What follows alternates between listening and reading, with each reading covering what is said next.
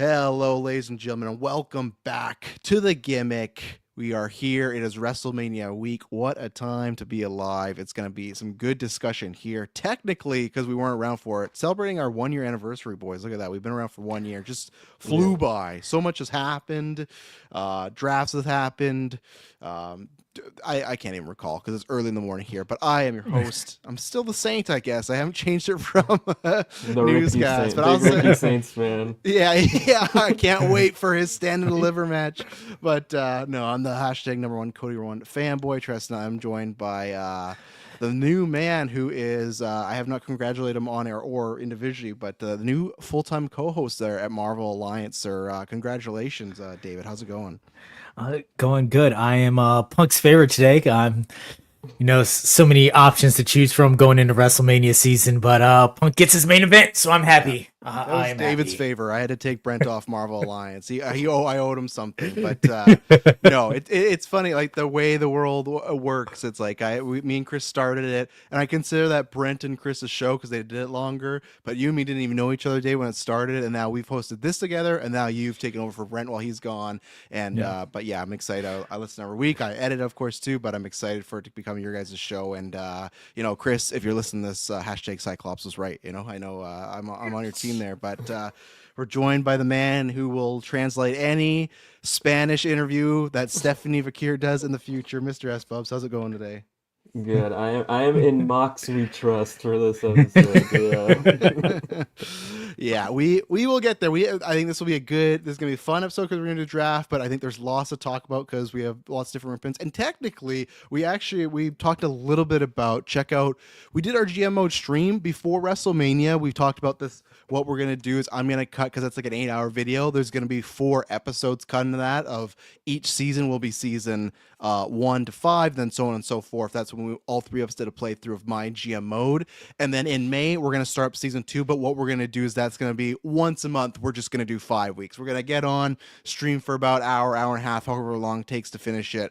We're going to change some stuff. We're going to start over because we got DLC coming. We got the new titles. But yeah, so if people think, oh, that's a long video, you can watch it all. But if not, there's going to be the 4-hour or the 4 episodes. So that'll, at least episode 1 will be out before then. And David talked about it a little bit then, but on air, we've never actually heard David's thoughts about Cena's heel turn. And we haven't talked about the promos. We got tons of stuff to talk about today. So everything you need to know is down below. We're just going to get right into it because we got lots of stuff. We're doing the draft. We're doing the draft first because like last year, we're going to do WrestleMania predictions night 1, night 2, but we don't want to maybe show our hand because, main event points, win points, title loss, title defenses. We don't want to say, oh, I'll say that draft. No, we're going to draft first, and then we're going to do WrestleMania night 1 and night 2.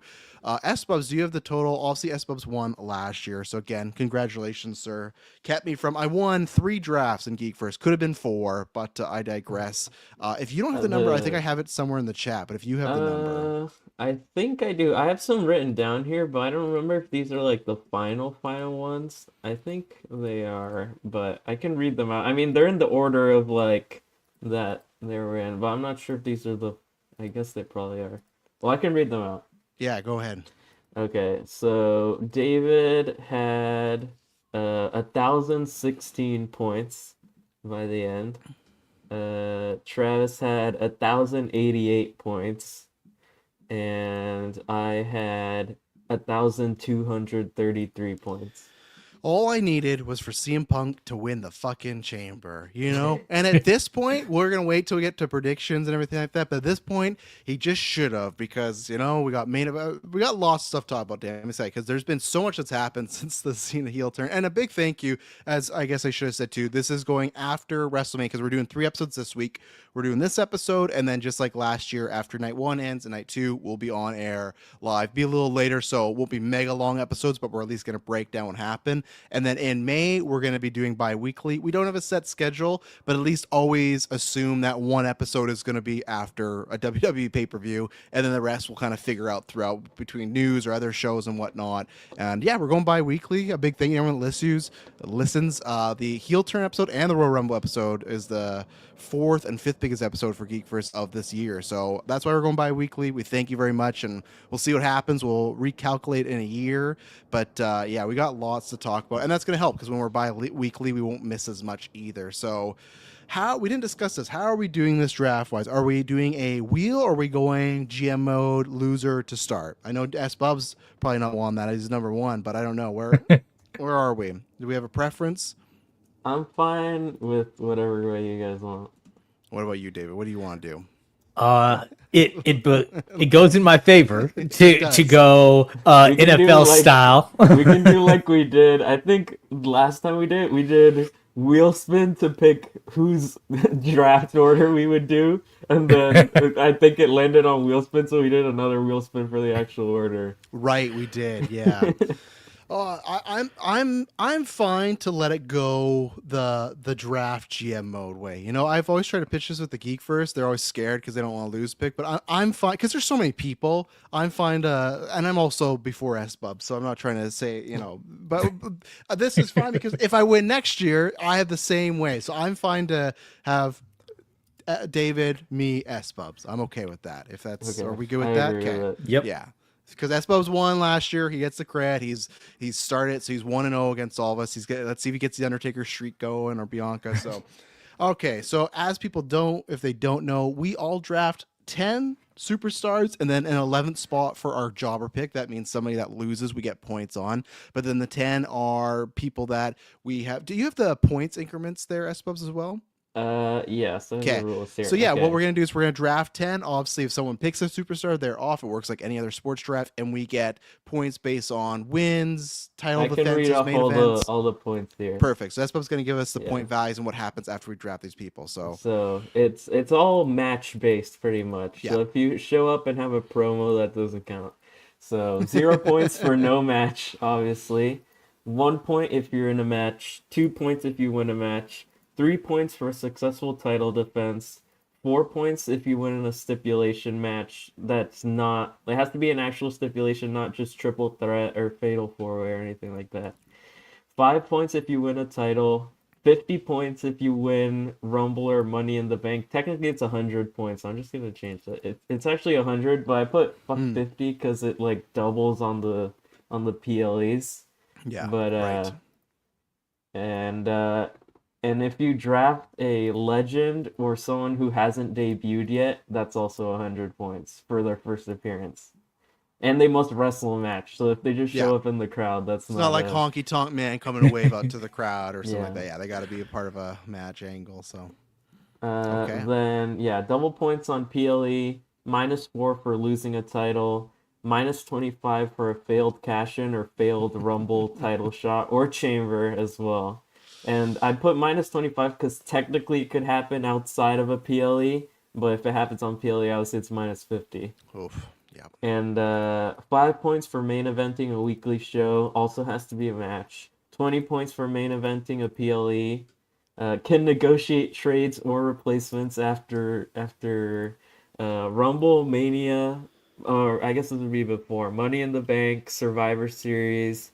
Did we Right. add another one? I don't I think we did did. Rumble as well. I thought. Yeah. Oh, Yeah. that's on there. Yeah, that's on there. Yeah. Yeah, I guess Yeah, the we- longest stretch is between Money in the Bank and Survivor Series. Which that one's fine because I feel like we did Money in the Bank and Rumble because it's fun to pick the people that are in those actual matches, right? Like we got Yeah. an idea who's in the Rumble. Yeah. We got an idea who's in the Money in the Bank. Where Survivor Series, there's no big gimmick stipulation match there. It's just like, okay, who's in War Games? So yeah, Yeah. I'm happy with those And then, kind of bookends there's still. the jobber of the year for your 11th pick, and then that one's the opposite. So it's 2 points for loss, -1 point for win. And I'm thinking if they win a title or something, that's gotta be like a -10 or something like that. Absolutely. That's not a jobber anymore. That's a bona fide star. So yeah, I'm fine to add that. -10 if you win a title because that's Yeah. Push your life, please. Let's let's do that. So okay, we got the and, points. Oh, go ahead. What is it? Oh no, that's it. Yeah. Okay, perfect. So yeah, as it works, David, you get first pick. So who is joining your roster this year? Who's the number one? Who's your Carmelo Hayes? That's going to be a tag team later. So. My number one pick is actually right next to me. I'm gonna go with the QB1 over here, Damn. Mr. Cody Rhodes. 2 years in a row. When am I gonna get this man? 2 years.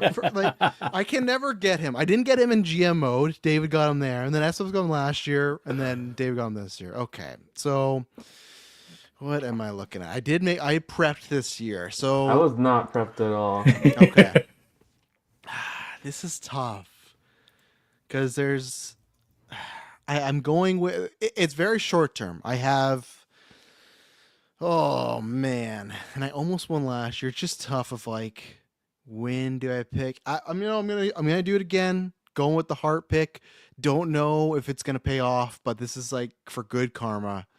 Number one draft pick for me 2 years in a row. Going Rhea Ripley. Gonna take her. She's Oh, mine. Yeah, I'm hoping she's not any main event, and I personally don't think she's winning the title this weekend, but maybe she will just to piss off the IWC. But I'll go Rhea Ripley. She almost got me. And plus, last year there's a chance I could have won last year. She wasn't injured. She got injured and was gone for a while. So I'm hoping for a healthy year this year. So Rhea Ripley. So that's who I'm picking, and I'm keeping track of these picks here. So David Yeah. got. I have Cody them as well. Rhodes. I'm writing them down. Okay, okay, yeah, I guess you're doing that, right? Okay, so I'll just leave Yeah. it there. All right, S Bubs, who is your I mean, number one pick? Clearly, you guys didn't learn from how I won just off pay-per-view main events. Like, you don't need to wrestle. Cody wrestled like 8 times a year and he won me this game. So that's what I'm going with. The greatest of all time, John Cena. That's the one I was going back and forth because I agree with you. That is a good pick. He's gonna be gone for a while, but like you said, he was probably That's gonna main 20. event a That's lot. every 4 weeks, like 20 points. Yep, It's no, just for free. that's a good pick. That's a good pick. All right, David, who's your number two? my number two, I am going to go with the EST of WWE, Miss Bianca Belair. Bianca. Okay. She's always good for some solid wins. Like I last think we year, had my her last year, last year my strategy was like going for the champions and things like that, and then remembering most of the champions outside of Cody don't wrestle a lot. They just Yeah. come and they talk and they leave. Even So, Cody talks a lot too. yeah, So. but he at least was on most of the PLEs where Yes. like Gunther was not. He was like on half of them and things like that. But Bianca she's always there, always performing, always in the title picture. So And she's always just wrestling on Raw or SmackDown too. Like the past couple weeks, no, because they've been doing the build for Triple Threat. But usually she's just always wrestling. So, okay, this one I feel uneasy about, but I gotta go for some main event points. And this is a guy that does, he talks a little bit more lately because he's got some injuries here or there, but he does wrestle still quite a bit more than other people.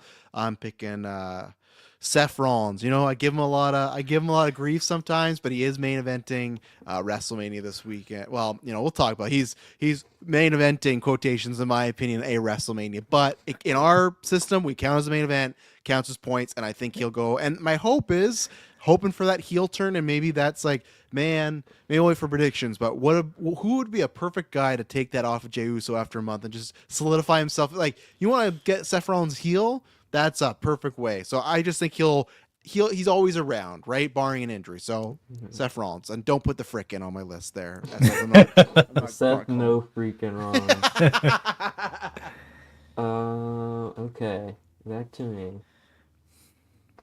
I sort of have the list from last year, so I'm trying to go sort of based on that, so I remember who I even go for.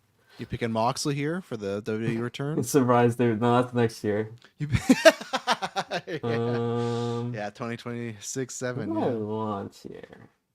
I think I'm gonna go with someone who I feel will probably wrestle a lot, even if they lose their title, and was a former number one draft pick. I'm gonna go with Gunther. Gunther.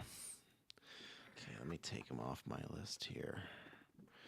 Yeah, good pick. Yeah, he could lose his wing, but yeah, he should. He's got to make the comeback, right, or something. So, Yeah. okay. David, number 3. number 3. I'm between two minds of who I want to pick next, but you know what? I will make this risk and I will take Mr. CM Punk. Oh, thank goodness. That is a risky one. That is. You get the main event points at least, and High risk, high reward. Come on, Punker. Stay healthy.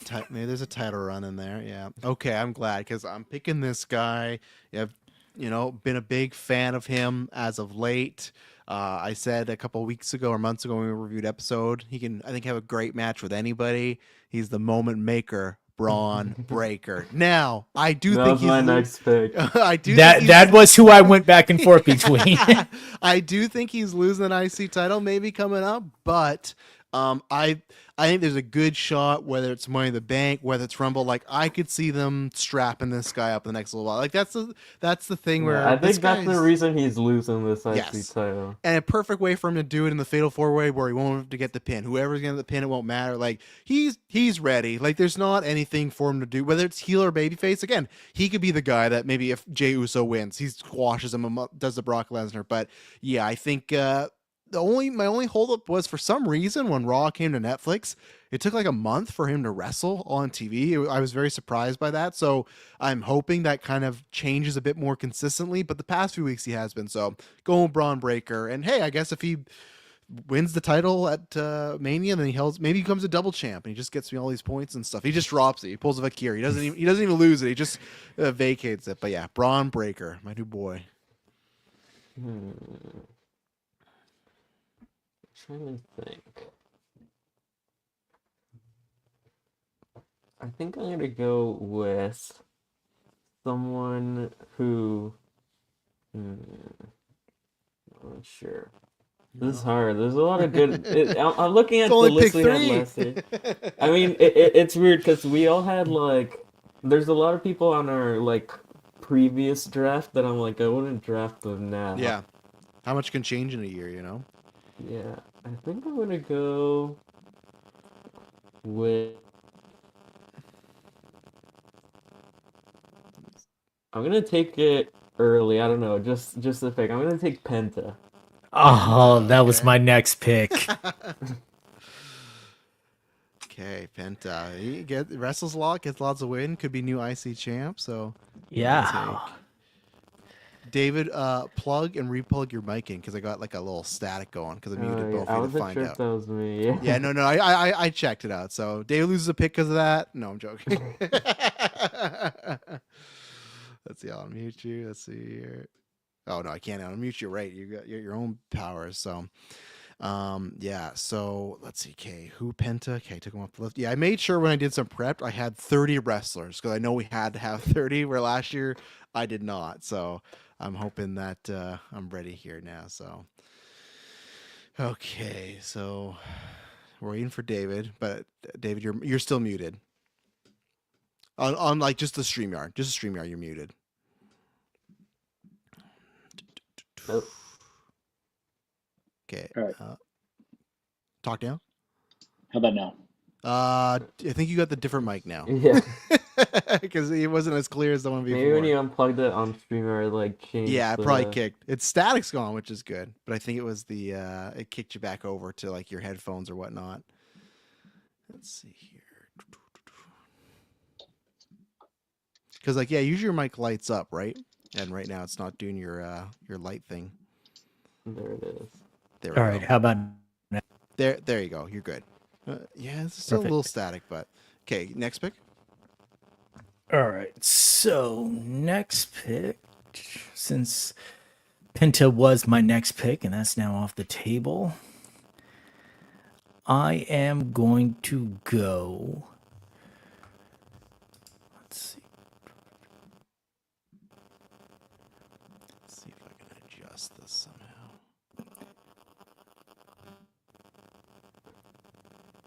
I'm going to go with Chelsea Green. Chelsea Green. Okay. Okay.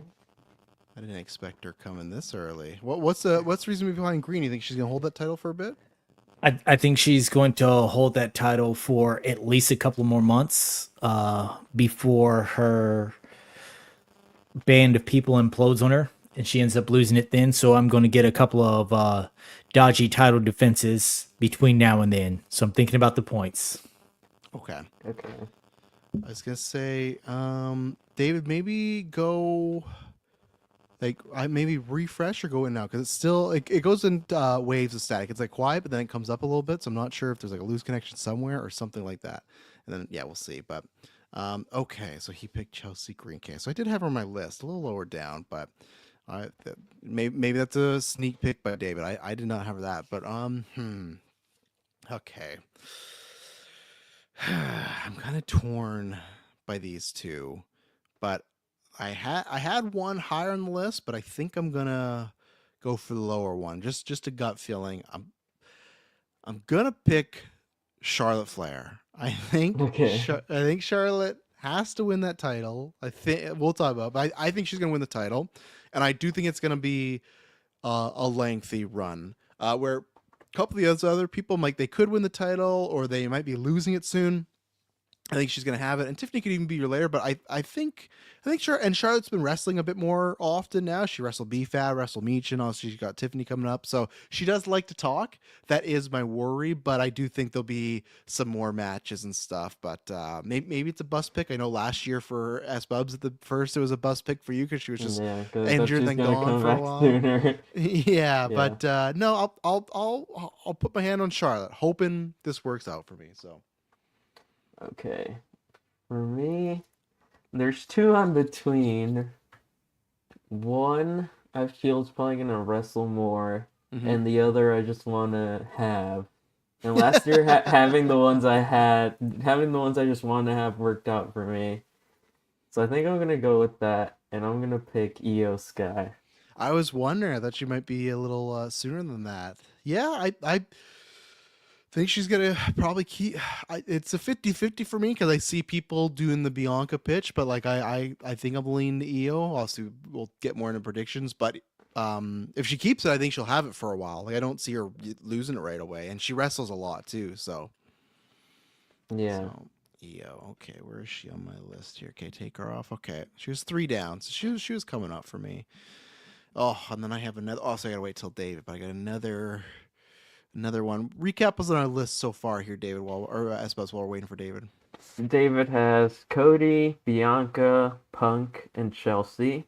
Mm-hmm. You have Rhea, Seth, Braun, and Charlotte. And I have Cena, Gunther, Penta, and Io. Okay, pretty good list so far. So we're waiting for David to come back.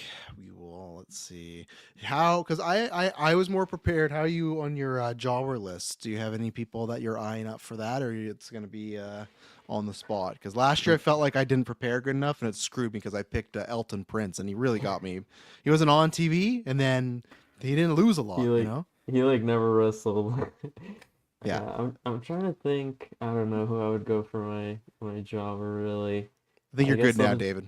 Sorry. Okay. So what picks did I miss after Chelsea? Oh, 1 second. What were you thinking, S-Bubs, for your jobber? no, We're not I was picking just- jobber, but we're just discussing it. I don't know. I'll have to think of recent shows who's been losing. Yeah. That But was I don't the know if there's toughest really one that throughout the many year, people who you know? lose that often, just in a row. Consistently, yeah. Yeah. That's a less Triple H thing. I feel like you have them, but still. But so, David, I picked Charlotte Flair, and then S Bubs picked Io Sky. So those two are off the board. 2 anchors of the women's division. So Good choices. Good choices. your halfway point choices now. Right. So next, I'm gonna risk it here. Don't know. I am going to go with LA Knight. Why do you think it's a risk? He wrestles a lot. You're just thinking he's dropping that title come Dropping possible dropping of the title. Yeah, that one's Honestly, tough. I'd rather pick people who I know are gonna lose the title because that means they'll wrestle more.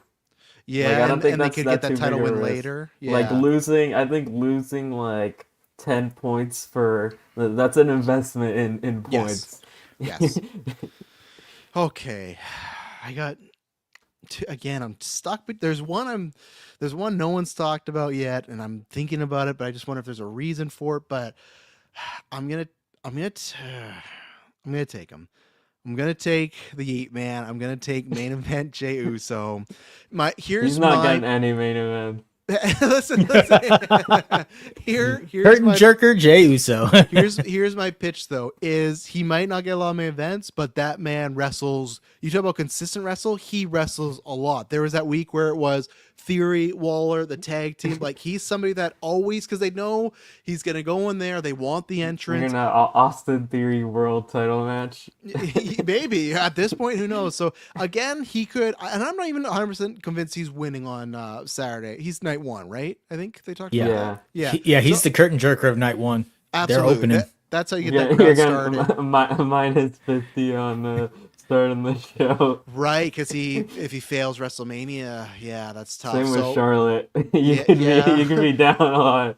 I could be down a lot, but I'm at least with Jay. Charlotte, who knows? But Charlotte, I'm confident is going to win that title. Jay, even if he loses, I'm confident throughout the whole year he's going to be wrestling. They could, even though he got Royal Rumble, they could piss everyone off and still give him Money in the Bank and have him do a cash. Like, Jay is going to consistently stay over, sell out. No, yeah, he's definitely gonna be wrestling. You honestly might get more like weekly show main events. Like I could even see him defending the title like on Raw and stuff like that. There's always a chance him and Jimmy get back together at some point here, and if they do, they'll just strap him up right away. Like Jey Uso is just gonna be a guy that I think can consistently get me points. Like I said, I don't think the main event points, and he could lose the Rumble spot. He could lose the title again. I could even see that he could lose that title the Monday Raw after. Like they could Zack Ryder him, but I think Rusev winning the title on Monday. I don't get me wrong. I could see them doing it. They get the pop. Rikishi will riot.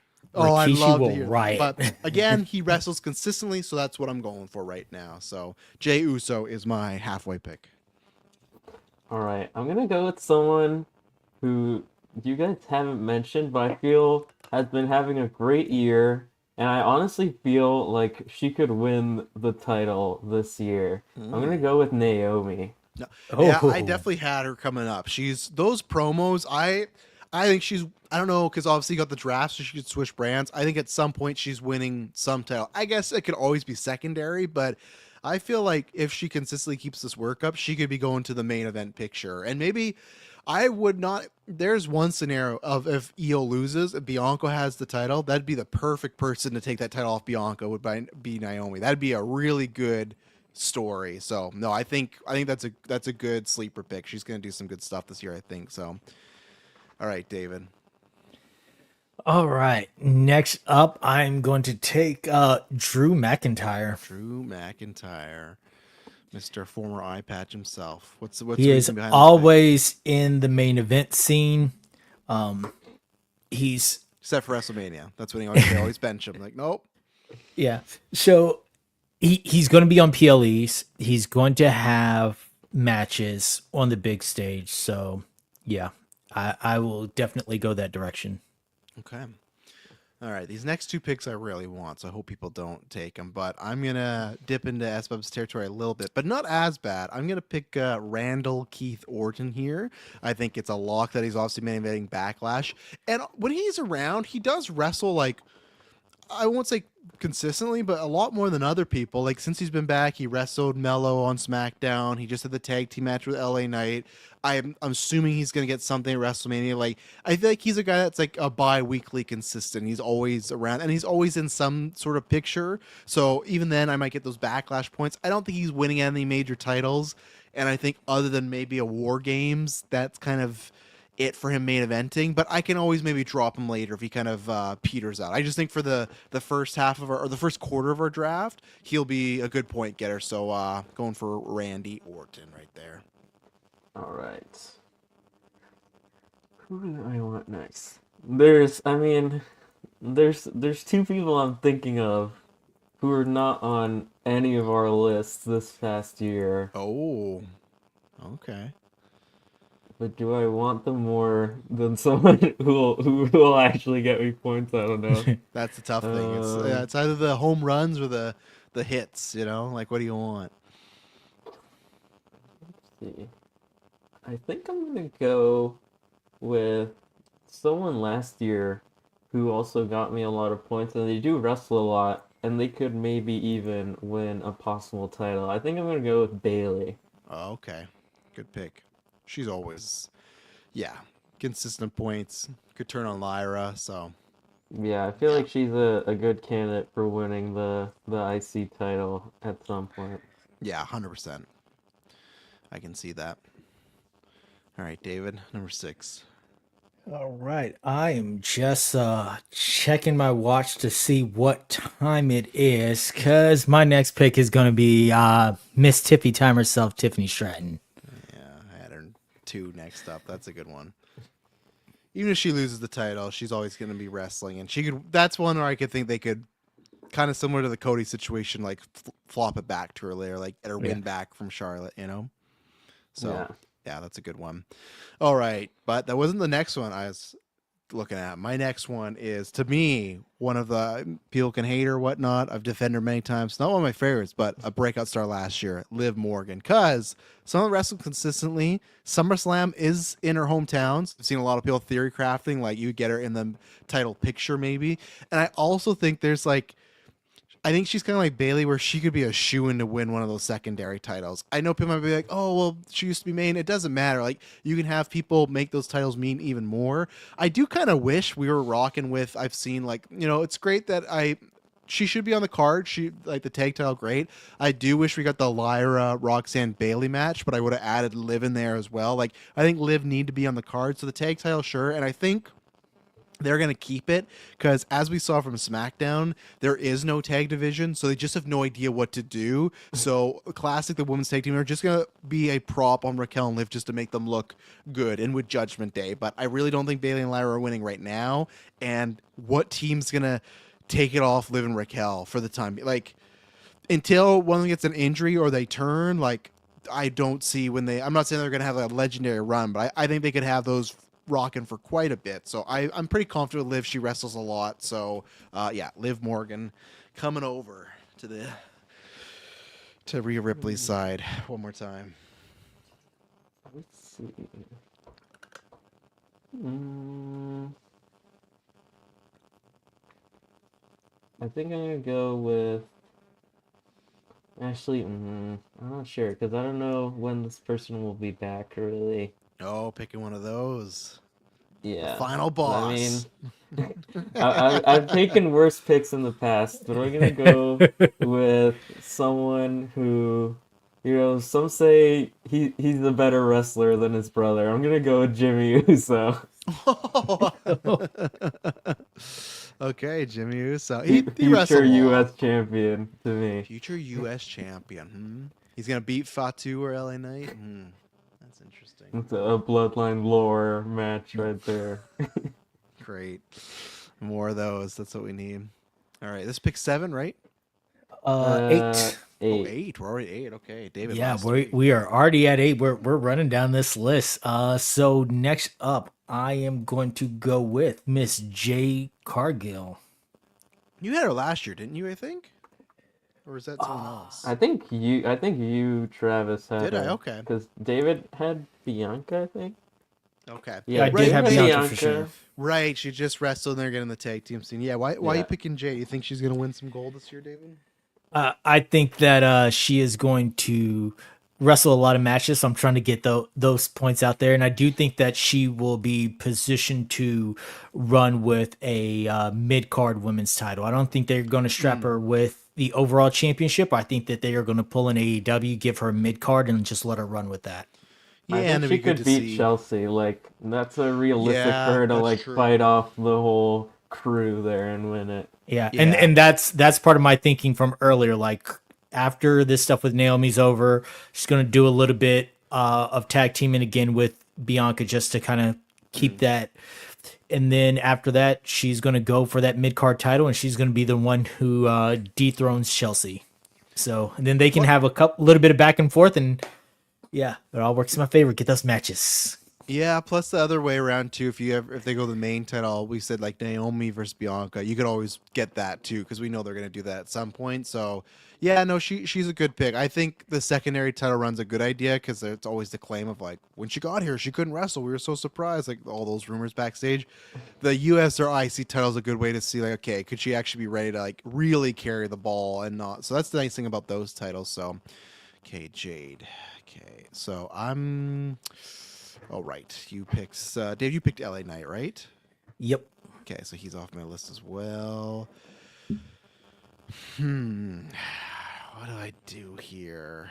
I'm gonna pick Jacob Fatu Fatu. Oh, I think there's a chance he was on my watch wins. list. He Yeah, was I on think my there's watch a chance list. he wins, but I agree with people. There's also a chance Solo screws him at Mania and LA keeps it. But I think Fatu, it's only a matter of time before they turn him babyface. And like, I I think think you just he's. have to put the title on him. You think so? I The think so. WrestleMania. The only thing, yeah, it just I don't depends what think they they do want it to at do. Mania. I don't think they do it at Mania. Oh, so I'm torn. I see either way because my only worry about that is for LA Knight because I think they kind of make them. I don't. I guess I'm kind of worried either way for LA Knight because like if he beats him, LA like Fatu's gonna get a big pop and LA Knight just looks dumb. Well, not dumb, but like he's not the baby face. And then if Soul screws him, LA Knight's gonna get booed for the win. So as I've said, we've talked about this, and most of the internet does. I agree that the U.S. title should have been the multi-man one. Like to me, it's weird that like even like LA Knight versus Jacob, like I'm sure it'll be good, but just feels like that's an odd pairing. But my thing is, I think Fatu's going to wrestle a lot, and the baby face is coming. That push is coming, and I think yeah, you're going to see him, especially if he does at some point, whether it's Mania or later on, get the secondary title. I think he'll be a workhorse. So yeah, I will go with Jacob Fatu. S Bubs, you're up next. Trying to think. I don't really know. My list feels weird, but at the same time, I feel good about it. I don't know. Pretty much everyone who's like a big name has been taken from what I see at least of the past year. Yeah, I mean, you haven't picked Kevin Owens yet. You can go ahead and take him. yeah, get the big comeback Rumble thing, you know. Yeah. Okay, Jimmy's gone. It's all a work. No. I'm trying to think of like who's on the shows. Let me do the classic open up cage match here. Yeah. Yeah, I've got the full roster from SmackDown Hotel up right now just to double check. Yeah. There's I think I'm just gonna go for it. I'm gonna take Phoenix. Yeah, it's a good pick. Yeah. I feel like he'll wrestle a lot. Absolutely. I think they're going to do the same thing as Penta, where he's going to keep wrestling, get him over and stuff. Yeah. The good thing is he's a better wrestler than Penta. I don't think his entrance is as cool as Penta, and they tried to literally recreate the promo Penta gave with Phoenix, and like Penta gave a better promo. Like the Phoenix one was good, but like Penta's was like that to me was like an all-timer I like the for one debut. where he hugged the referee The after he won. Yeah. She's like, no, I need to raise your hand, not a hug. All right, David, you are next to your penultimate pick here. All right. So next pick, most of the people that I definitely wanted are off the board by now. Let's see. So I am going to go with Finn Balor. Finn Balor, you're hoping for that push this year? No, he's not going to be Finn Balor anymore? You sure you don't want him for your jobber pick there, David? No, I'm saving someone else for the jobber. I know who I want for the jobber. Okay, Finn Balor. And I know who I want for my number 10 pick, so that one I'm saving for special.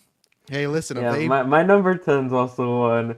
I'm hoping so. That generally like it's an out there one, but I feel like someone could try and take it before me. But I have a backup just in case of someone who may or may not have already been mentioned.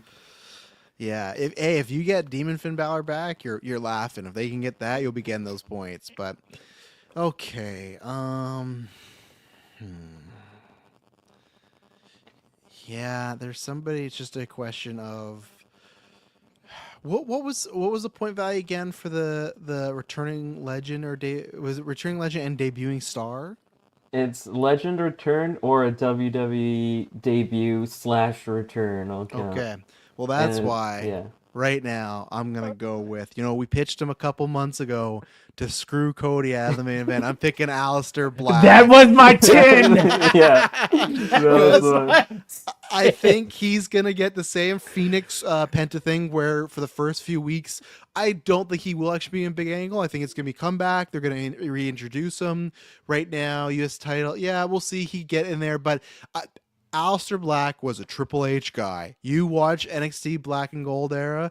That was his fucking Undertaker with the entrance. They made him very dominating, and he could go back then. We'll see. I think he can still go, but I do think Triple H is going to try to really push him this time and see if it works out. And I think it will. He usually connected with the crowd. Hopefully he has his old theme song and not just like Aleister Black and it's something spooky. Like the old theme was a banger. So I think, I don't know what's going to happen to next year. They could try this, and whether Black doesn't work or the crowd's like, I don't care about him anymore, I have new toys. I think at least for the first 6 to 7 months, he will push him hard to see, okay, what can we do here? And I think he'll just also wrestle consistently too. But at the same time, who knows? Because I mean, he could just be doing Andrade, some right? vignettes for like Yeah. 10 weeks straight. Andrade came back, got the little vignettes, had that best of 7 with Carmelo, and then he was disappeared from TV and he's just backstage talking. So that could be the joke. Like everyone talks about all the AEW talent that they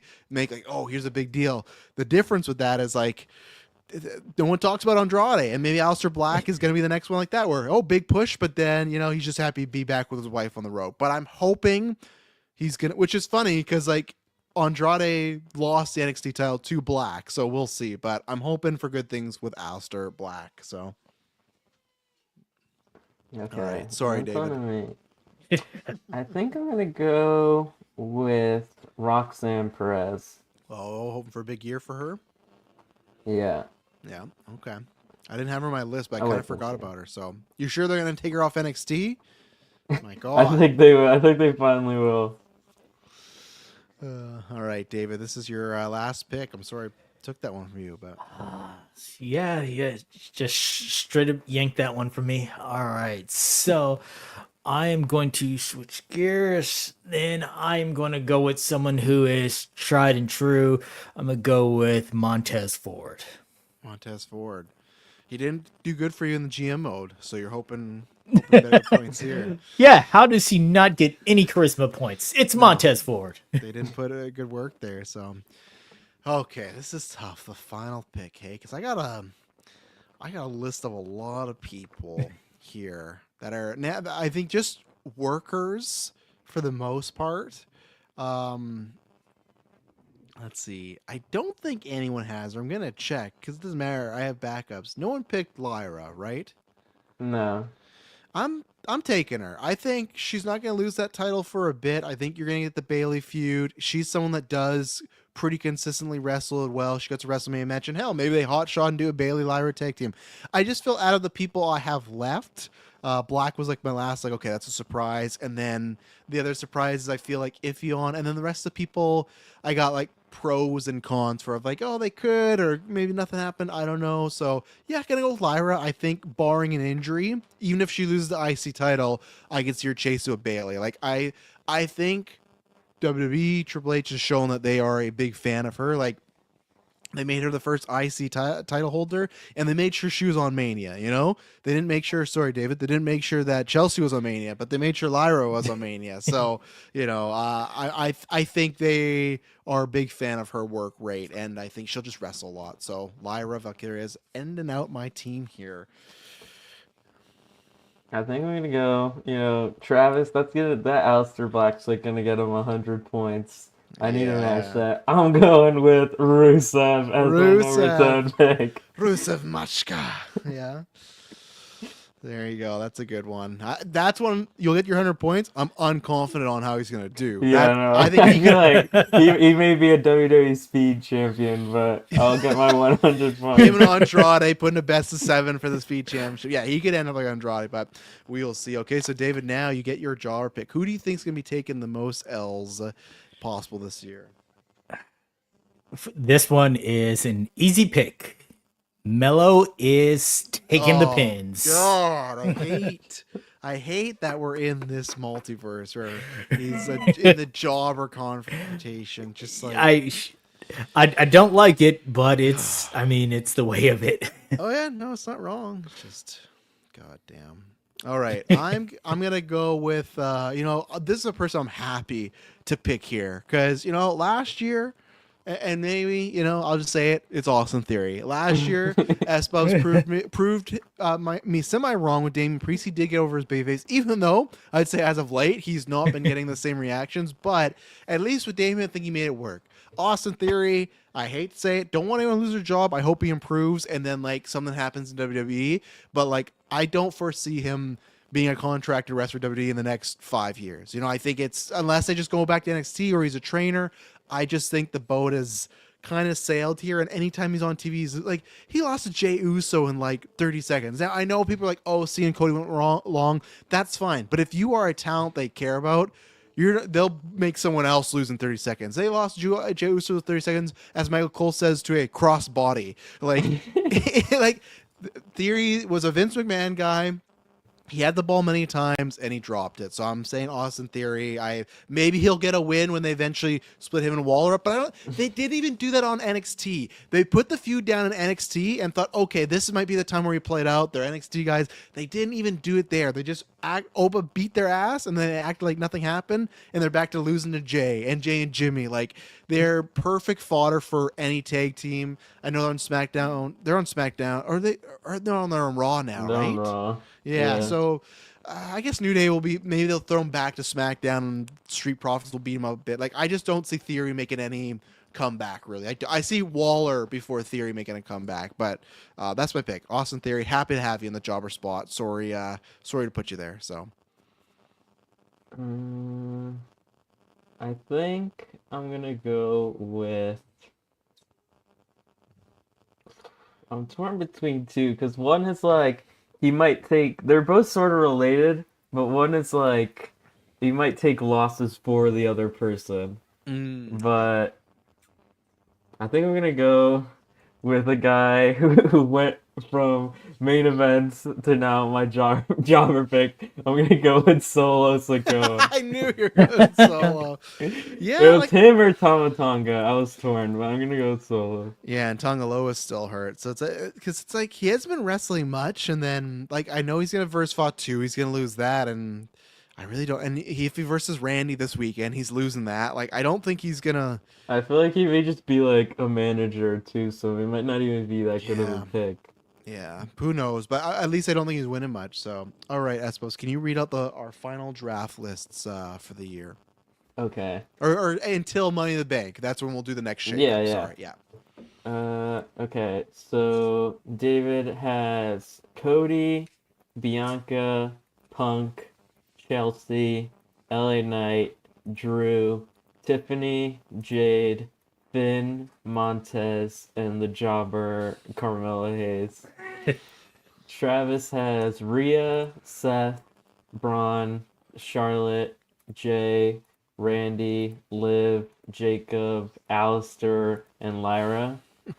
And Austin Theory as the jobber. Yes, don't forget Austin Theory. I know WWE does, but don't forget him. Then I have Cena, Gunther, Penta, Io, Naomi, Bailey, Jimmy, Phoenix, Roxanne, and Rusev. A lot of one-word names there. And Jobber Solo Sikoa. Oh, there we go. Most of my list is I only have 1, 2, 3, 4 first and last name people. Well, there we go. We'll track it. It starts this week, so the go-home shows to WrestleMania. We'll get them. I start at Mania. Oh, you start Mania? Okay, perfect. Then you start at Mania. No one's getting points for the Andre the Giant Battle Royal. Actually, I forgot what I wanted to say. Yeah. Last year we had, I think it was 10 bonus points for whoever guessed the amount of super kicks of Jimmy and Jey Uso. Right. So this time I have something similar but different. And this is the rules that's closest without going over, obviously, for your pick here. And it's going to be how many times during the match, including the entrance, will Penta say Cero Miedo? Okay. Ooh, during the match plus entrance. 6. I'm gonna go 7. I'll go 8. Okay. I was gonna go 6, so I'll just go higher. Hey, good, And now, good. now that we all picked, I'll say his entrance is minimum 2 to 3 already, Yes. because he does it on the ramp and in the ring. 2 for the entrance. Are we counting post match? That's Or tough is- because if he wins, yeah. If he wins, he's gonna be spamming. I'll say yes because it's like a 1 in 4 that he wins, so I'll count it. Yeah, I just think because it's WrestleMania, he's gonna be spamming it a lot. So if he does win, he could spam a few times. So I'll stick with 7. But yeah, and I don't think he's winning either. But if he were to win, then I feel like my number's Yeah. busted. So I don't think he's winning, so I'm gonna stick with my 6 because I got 2 during the entrance, and then you're gonna have to because they're gonna do the 8K entrance, so you're gonna have one when he first comes out, and then you're gonna have during the 8K entrance. So love those it. are guaranteed right there. I wish they would just. He might overperform like Yes. Jay and Jimmy did last year. That they just like completely blew us out of To the our point, yeah, predictions. we did not think that was gonna happen. To the point, it's just a literal meme now. Like I think we got to like 17 or something like that, and we It, were it, like, it was we were, like, 17 because I think counted. yeah, our highest was like I forget who guessed highest. It was like 10 or 12 or something like that. I remember having the highest, but it blew me out the water. Yeah. crazy. Okay, so let's start talking about now. We got all our predictions off the board, or our draftees off the board, so we can do predictions. So we're gonna do night 1. David, I'm gonna throw you. How are you feeling? This is overall night 1, night 2, going into WrestleMania. How do you think the season's been? Yeah, we're 6 days away from night 1. How are you feeling about WrestleMania 41 on the lead up so far? I will say that the lead up has been hit and miss, very bipolar at times. There are matches and moments that I'm like really looking forward to, then some that just feel thrown on there. And I'm also the match card, the balance of the match card is throwing me off as well between night 1 and night 2. So, but the big money matches, the marquee stuff, I am looking forward to. Sucks that main event Jey Uso is not in a main event, but my man, the Punker getting his main event spot, that whole crying moment between him and Paul Heyman about you get the main event, that was just cinema right there. I'm definitely now looking forward to Tiffany Stratton versus Charlotte Flair. I could care less about the War Raiders and New Day, and there's some other matches I could care less about. The multi-man match for the IC, I think, is going to be surprisingly good, just considering those who are involved in it. They're all good workers, like memes aside on Finn and everything and whatnot, and people being like, "Why is Dominic here?" But it's like they're all. I think it's a good styles clash too. Yeah, Dom's going to sell his ass off. He's going to get in some snively maneuvers here and there, and going to get those close calls. But he's going to sell his ass off, and then everyone else in that can really just do work. And then Cody versus Cena, I think, is just going to be a spectacle, and I can't wait to see how the crowd reacts to that. Yeah, that is very. That's gonna be very Hogan Rock, because I know people talk about it with Cena and Rock, but it's like I was there live for both those matches. That's not Hogan Rock. Like everyone knew how the crowd was gonna react to those. Like Cena was gonna get booed to fuck, and Rock was gonna be the hero, right? So it's just like that's gonna be very interesting. It's funny, I didn't think about this, Dave, when you said the match bounce. When looking night 1 to night 2, I know this happens, but this year especially, like night 1 fucking just trounces night 2 for my excitement. I feel like it's so. It's strange, like, and obviously. So you're saying like which one are you more excited for? Night 1, because night 1, I guess we won't do the because predictions I've been seeing online people are like night 1 looks terrible, night 2 is the real show. Like I've seen that a lot. Like people saying like night 1 is disappointing. People are getting scammed on night 1. Like I'm seeing that a lot. I don't understand. Okay, so like.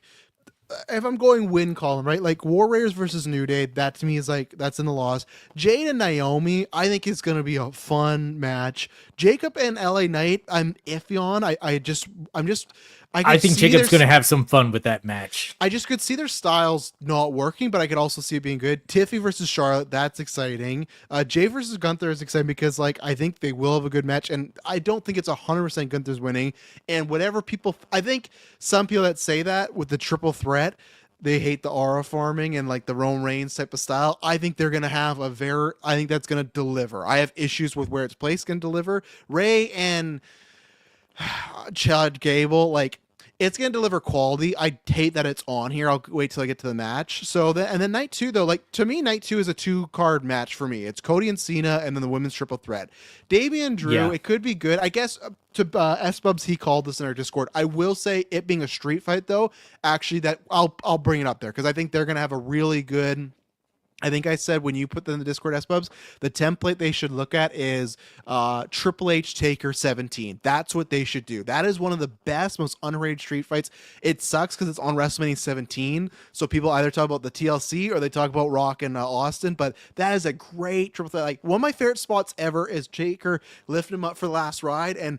Triple H has a sledgehammer, hits him, and he actually like real life busted Undertaker open. Like and they had that great choke slam where like that's what I think they should do. But to me, it's like Randy, like unless they didn't do a surprise, so I think it is just going to be Solo. That's going to be a very Randy gets to hit a pose in RKO. That is a very and don't get me wrong, I think. I'm the same way I am with Liv. I think Solo should be on this card. He was a main eventer for 6 months. I just think he should have been in the U.S. title with Jacob, and there's a tension. AJ and Logan, like, people know me. I'm not checked into Logan Paul. I know it will be an athletic match, but there's no stakes there. Like, everyone's been memeing about, but Karen Cross is the one who's, like, promoting this match more than them. It's kind of fucking weird. Liv Morgan, like the tag titles, like it could be good.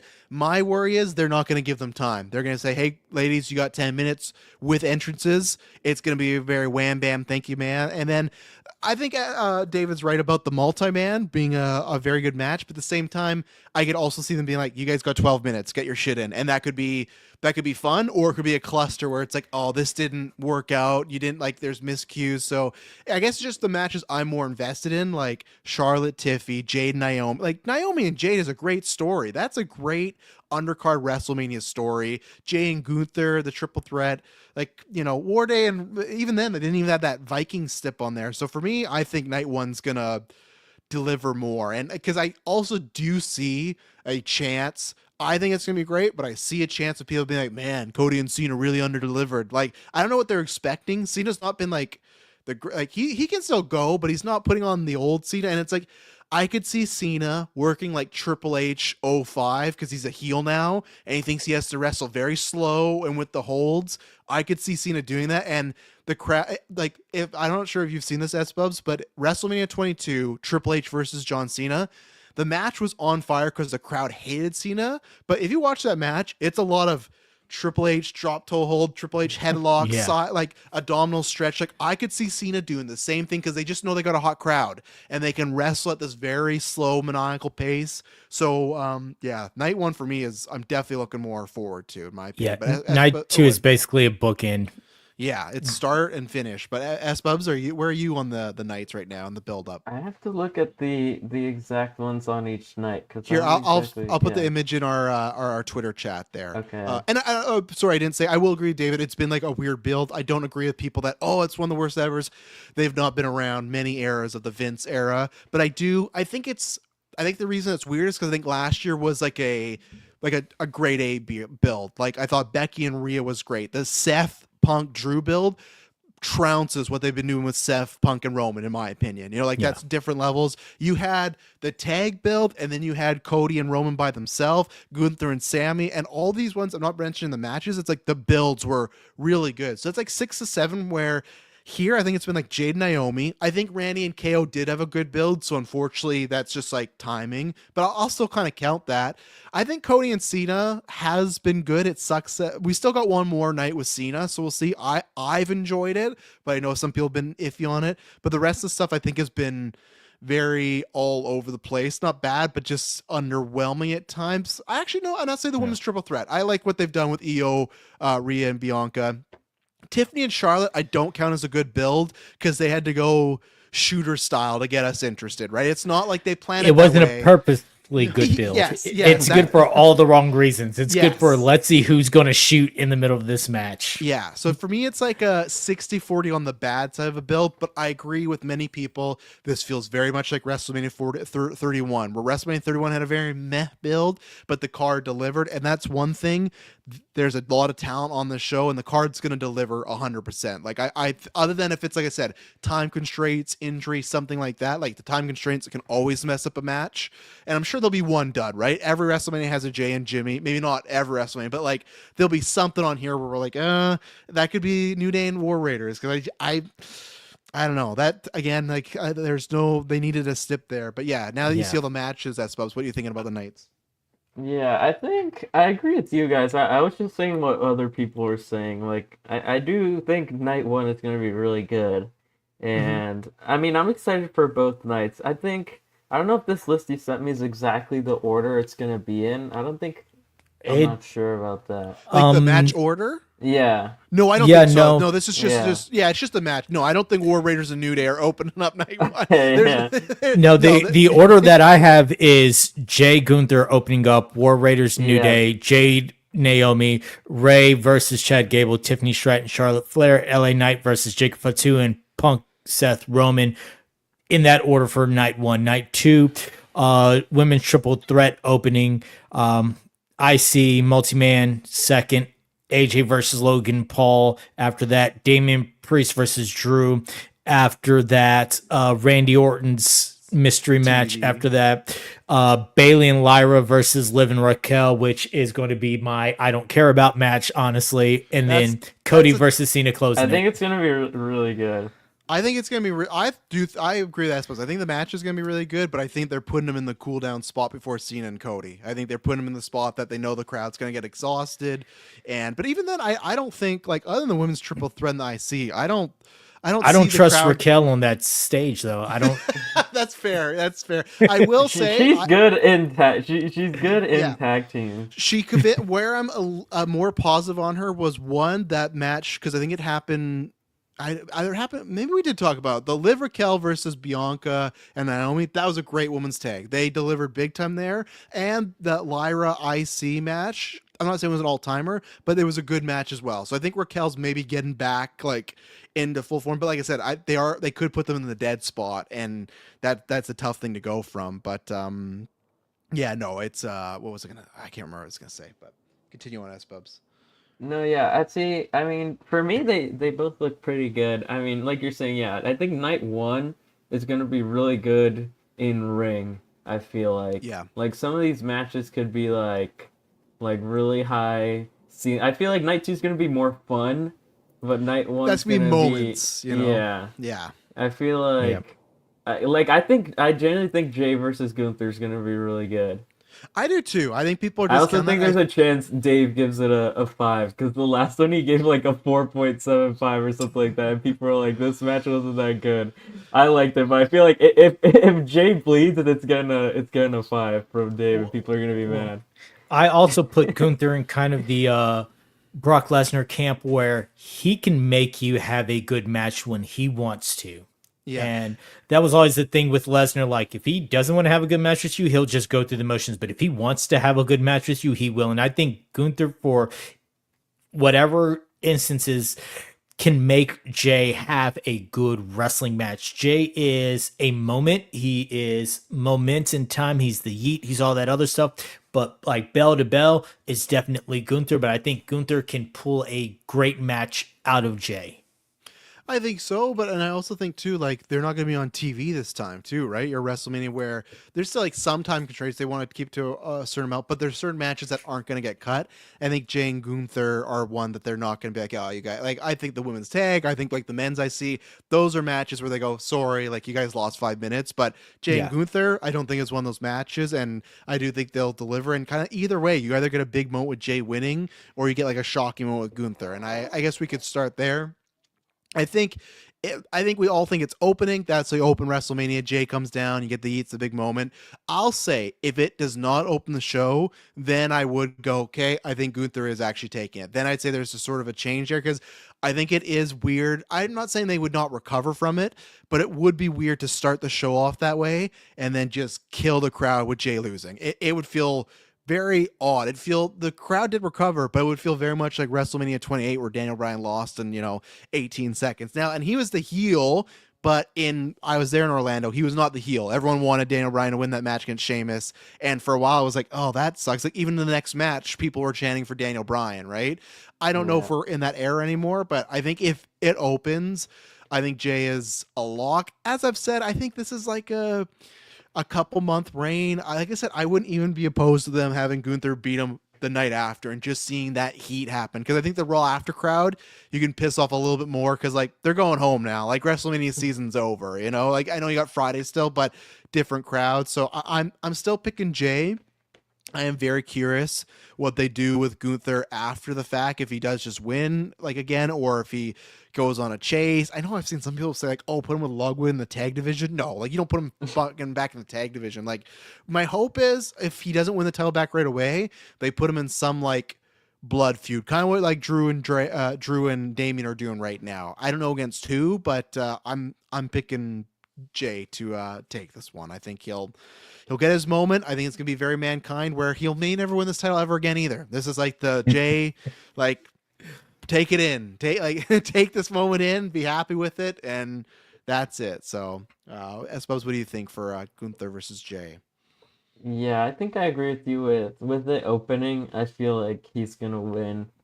Uh, and yeah, like you said, I don't think it'll be a super long reign. I mean, at most, maybe until like SummerSlam or something like that. But I think yeah, I think it's gonna be a good match, and yeah, definitely if he wins, that'll get the crowd hyped Yeah. for WrestleMania. Unless he wins and his, like, I know people bring up the YouTube videos, that doesn't matter. Like, it doesn't really matter at all. For the most part, they're minor things. If he wins and his merch keeps going up and his segments keep going up, they might just say F and keep it on him, like they may start it as like a small reign, but be like, or they might do the Edge thing where Edge had it for a month. He was planning to lose it, but in that time ratings went up. So that's why a couple months later, he got the title back again from Cena. So it might be, hey, let's see if Jay winning the title is actually just like kind of a yeet meme, or if people actually care about it and go from there. They did the same thing with Jeff. Hardy had it for a month and then he lost it and they gave it back to him. So sometimes they do those tester runs. Like I said, Mankind got one, but his tester run was like 6 days and then 3 weeks. He never, he's the ultimate transitional champion. But David, he's not main eventing. He's not main event, but is he world champion, Jey Uso? I think there is a chance. I think that if you're going to continue the moniker of main event, you got to do it now. I think Gunther's more poised to win, but I could see a situation where maybe Ludwig Kaiser tries to get involved and then you have Jimmy come out. There's shenanigans all over, and that leads to Jay winning. Jay's not just going to outright out wrestle Gunther. And this isn't going to be like the Sami Zayn situation where Gunther just gets too involved in it, makes a miscalculation that just gets taken advantage of.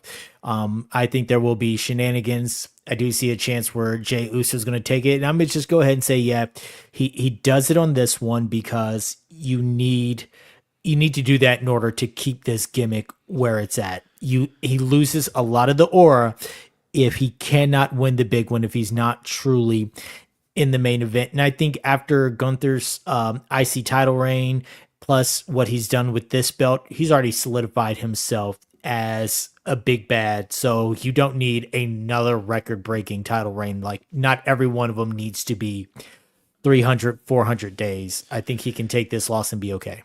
Well, yeah, and the thing is, like, people might not like it or not. Gunther's already taken the loss. He lost to Sammy. He lost to, people forget, Cody beat him earlier this year, or last year, right? Like, they've not He lost made his him, smile.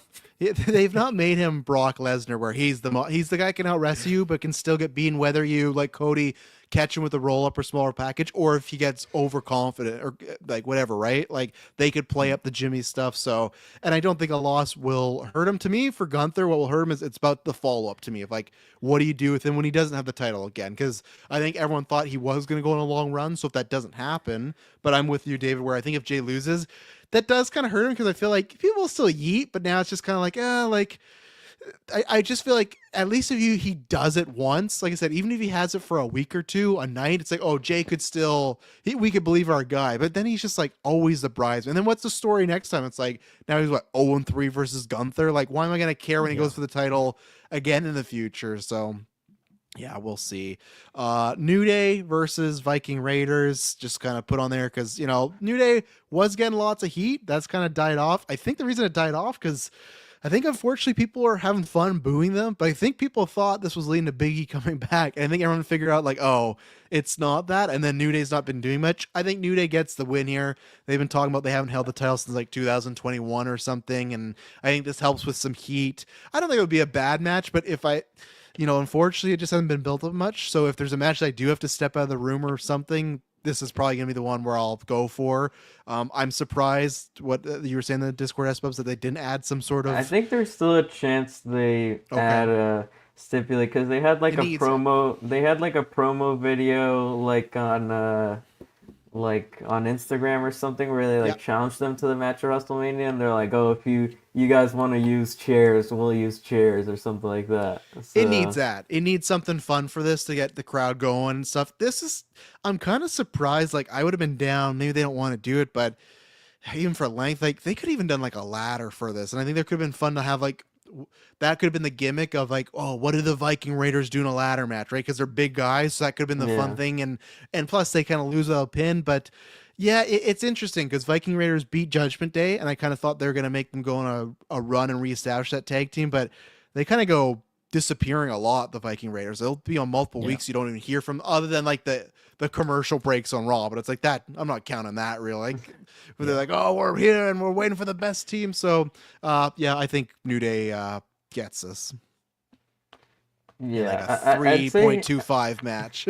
I'd say I go with that. I mean, there's a possibility, like, if it's a no DQ, you could do something with Big E or something like that. True. Like, they have him on commentary and he, like, hits them. I don't know. Like, there's a chance or even that, a distraction, right? Yeah. They just see him and then Viking Raiders hit their finish, done, Yeah. And that would at least get a big pop in the match, so.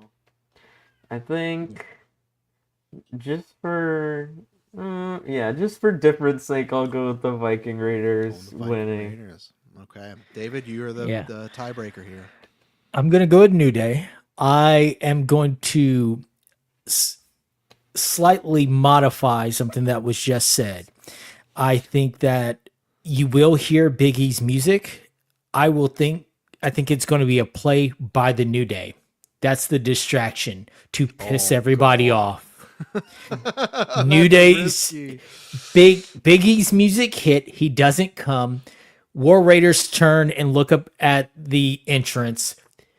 New Day get the pin and then go on to say, "Told you, Big E's not coming back," and they walk out as champions. You put the heat back on them for them using Big E's stuff and him not showing up. You've completely pissed. You have so much heat on the New Day at that point. It's instant reigniting the fire. You better have Big E on that Raw after them to do something. You better have him there, not to wrestle or anything, but that'd be bold. Wow. Okay. Yeah. So we'll see what goes down there. Jade Cargill versus Naomi. S-Bubs, what do you think's happening here? I think Jade Cargill is probably gonna win, but I think it's gonna be a really good match. I think it's gonna be like, obviously, like you said, like Jade's first like big singles match in WWE. So, and I think Naomi's a good person to have that with. And I think she's gonna win because probably gonna be the start of her getting into the singles title picture. And I'm excited for this match. Like you said, the build has been really good and the promos and stuff. And that's my prediction of Jade winning. Okay, Jade, David, what about you? I'm going the same. You need to put Jade in a position of upward trajectory. She's been off for a while. If you are going to solidify her going into either a mid card or a main title picture, then she needs a win on the big stage and she needs that momentum to carry forward. If you beat her now, it is really not in service to anyone because we all know Naomi's still going to be Naomi, win or loss. And I think if she is going to continue this heel character, then taking the loss, but still being the slimy heel afterwards and talking that trash will still keep her where she's at. But Jade more needs the win than Naomi does. So I'm going to go with Jade on this. I am gonna say Naomi pulls it out. Hook and crook. It's a clear cheat. It's like clearly whether it's tights or a weapon. I think because they can still build up Jade to be that unstoppable monster. Where with Naomi, I think with her momentum, they're building up her with these promos with people invest in her character. I wonder if a loss, like, oh, it's just Naomi. She's always the person that loses these big matches. Like, I could see them doing something where I think Jade could recover. Plus, I guess it depends their trajectory, right? I think if they have plans for Naomi to be in the main, like, obviously we won't know, but if like Bianca is winning, like I said, I could see Jade winning this, or sorry, Naomi, and that's like a clear feud right there. Like that's a backlash, whatever feud after. Like okay, Jade, or sorry, Naomi and Bianca. But yeah, I just got a sneaking suspicion that we all think it's gonna happen. Now it literally could be. I think it's gonna be a good match. They could also time cut it, and it could be China versus Ivory WrestleMania 17, where China just pretty much squashed her. It wasn't a squash match, but it was like Ivory got a couple moves in there, went for the damaged neck, and then China just beat the shit out of her for 5 minutes, ragdolled her, and that was it. So I think there's a chance that if something happens, like, oh yeah, you guys got 5 minutes, Jade's already going over, just make Jade look strong, gotta make her look strong. But I'm gonna say Naomi pulls it out, hook or crook. Very Chris Jericho WrestleMania 20, where everyone kind of thought Jericho was gonna get it, and then you got the slimy heel that did something, and but I could be wrong. We'll see. And who knows? Maybe they've been watching Jade practice or train and they still feel like she's not ready to go in the main stuff. It's like, let's not have her win this one. So we will see. So next we got Jacob Fatu and LA Knight. David, I'm starting with you because you said you're confident this is going to be a good match. So who are you confident on taking it? I'm confident this is going to be a fun match. Fun match. Okay, fun match. Okay, clarification. Yeah. Yes, because I think Jacob Fatu is going to pull out all the stops. But I do agree with you guys that at the end of the day, Jacob Fatu, there's a very good chance he is going to get screwed over by Solo. And so I'm going to take LA Knight winning this. We are going to then go into the Solo Jacob Fatu for a bit before Jacob Fatu comes back and eventually takes the belt. Just not right now. So I think LA will have this moment. I think that the match will be bookended by the entire Allegiant Stadium doing the LA Knight, and they want that little clip. And then after that, they can run it back on the next pay-per-view or two pay-per-views from now, and then Jacob can win it after beating Solo. Yeah, like I said, I think I'm on the train where he gets screwed. I'm curious to see what the crowd does, especially if the crowd's really into Jacob and LA Knight wins. Like, I think you'll still get that, but is it like a very muddled, like, oh, they gave it to LA, like, which is fine, because I actually think, like, if the crowd were to turn on LA Knight, like, if this was the start of it, let's say, I don't actually think that'd be the worst thing for LA Knight's career, because he was starting it.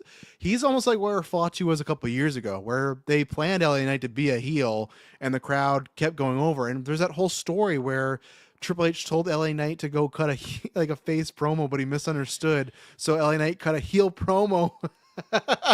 And Triple H is like, oh, what are you doing? He's like, oh, I thought you meant that. I was like, no, like, I want you to cut a baby face promo. I'm like, oh, okay. Like, I think LA Knight as a heel, we've not seen even that potential, and that could be kind of fun. And plus, like, he could get heated up for when Fatu does beat him, right? So maybe they use that. Maybe that's a natural way of, the crowd was into Jacob. That's how we start turn. Maybe it's a low-key double turn to celebrate the Austin Bret Hart. And maybe that's the thing. Maybe LA Knight literally sees the interference and doesn't care and goes for the win, right? And you might be like, oh, well, that's kind of a scumbag move. Like, why would LA Knight just take the win? And it's like, well, I've lost it before, don't want to lose it again. So I think LA Knight, and like I said, it could be a fun match. I'm curious how their styles are gonna mix, but they gave the main event spot last week, so we'll see what happens. So, S Bubs, are you going for a trifecta here on Mr. Knight? I could see. I like your guys' idea of the double turn. I would like Mm-hmm. that, but I don't know. I just feel like Jacob Fatu's gonna win. Like he's gonna no sell Oh, okay. the BFT. Get Like right up. yeah, get right up, and Yeah. then I don't know. I just feel like he's gonna win. I don't know. Wow. Okay. And then maybe you could do the if he wins not on WrestleMania but SmackDown, I think you could do the Evolution celebration where it's Jacob's out there with Solo and Tama, and then they do they won't do the thumbs up, thumbs down, but they could do that where it's like, oh, we're so happy of you, and then they just eat him Yeah. alive and stuff. So you could do that. So we got Rey Mysterio versus El Grande Americano. I don't know, like, here's my thing. I get both sides. I see some people that hate it and think it's ultra mega and all this stuff and the AI stuff, and then I get the people that like it because it's fun. I don't really care either way. I think it is kind of a shame for Chad Gable where last year people were like, man, it shouldn't be Sammy, it should be him. Where this is like, this is what he's doing. He's doing like a comedy shtick again. I think the match will be very good. This for me is like, this is a WrestleMania SmackDown match to me. I don't actually think it deserves to be on the main card. I would have rather have them do Street Profits and Machine Guns on here. I think Chelsea and Zelina probably wouldn't have worked, but I think Chelsea in like a multi-woman match I would have taken too. Like, I just feel like this feels like, and because Ray and Chad have wrestled multiple times on Raw, like it. And my only thing is about the Grande gimmick is I don't feel like he's done like a couple lucha things, but it's not like, oh, it's Chad Gable with like a bunch of different new moves. It's pretty much just Chad Gable. So I don't know. This for me, I'll actually take back the New Day War Raiders one. Like this could be fun. Ray's gonna have a sick outfit. He's gonna look really cool. But I just and they might give Grande like a very elaborate entrance as well, kind of like what they did with Dom. But I'm happy for Ray. I just don't think this is a WrestleMania match, and I really don't know who could win it. I could see either way of like I Ray think it's get like just like Ray in his contract. He has his yearly Mania match. it could be for me the winner of this, and I'll pick someone, but it all depends on do they need a heel or a baby face to win. If a lot of heels have won the night, I think Ray gets it. If it's like Jade, LA Knight, Char or like Tiffany, then I could see El Grande, but I I I think I'll say El Grande by who do I have right now? I have New Day, Naomi, LA Knight. I think this is gonna be like Ray's last two Mania matches where the heels are cheating to win, and then like all the factions come down to the ring and start Yeah. fighting, and then he gets them out of nowhere into the 619, hits it, and wins. I think I agree with Like you. American Made are gonna get out there. Like they're gonna give him the metal plate to put in the mask, Right. LWO is gonna run out there. Bad Bunny's gonna jump out of the crowd and Oh, hit him. Bad Bunny's Then there, he, yeah. yeah. Then he Even hits though the that 619 and wins it. even though that could be a good finish where he has the head plate, Ray goes for 619. He does the thing like, "Oh, my leg!" Like he hit Yeah. like that. That would be You know good. what? Yeah.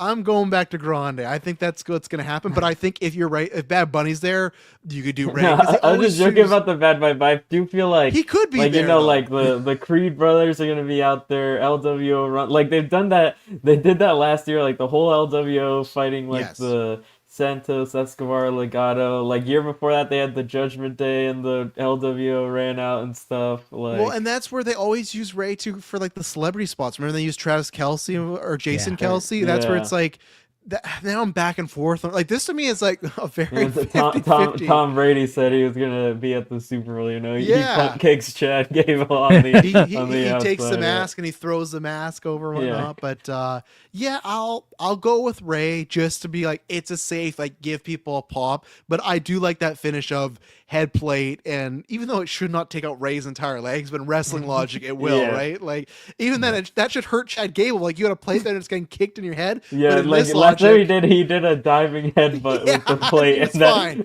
that hit like that hit him like in the chest, but yeah, the Yeah. extra damage. yeah. So I'll say Ray. I'll go with Ray. And Yeah, then I'm I suppose going you're with Ray. Ray. Okay, David, where are you?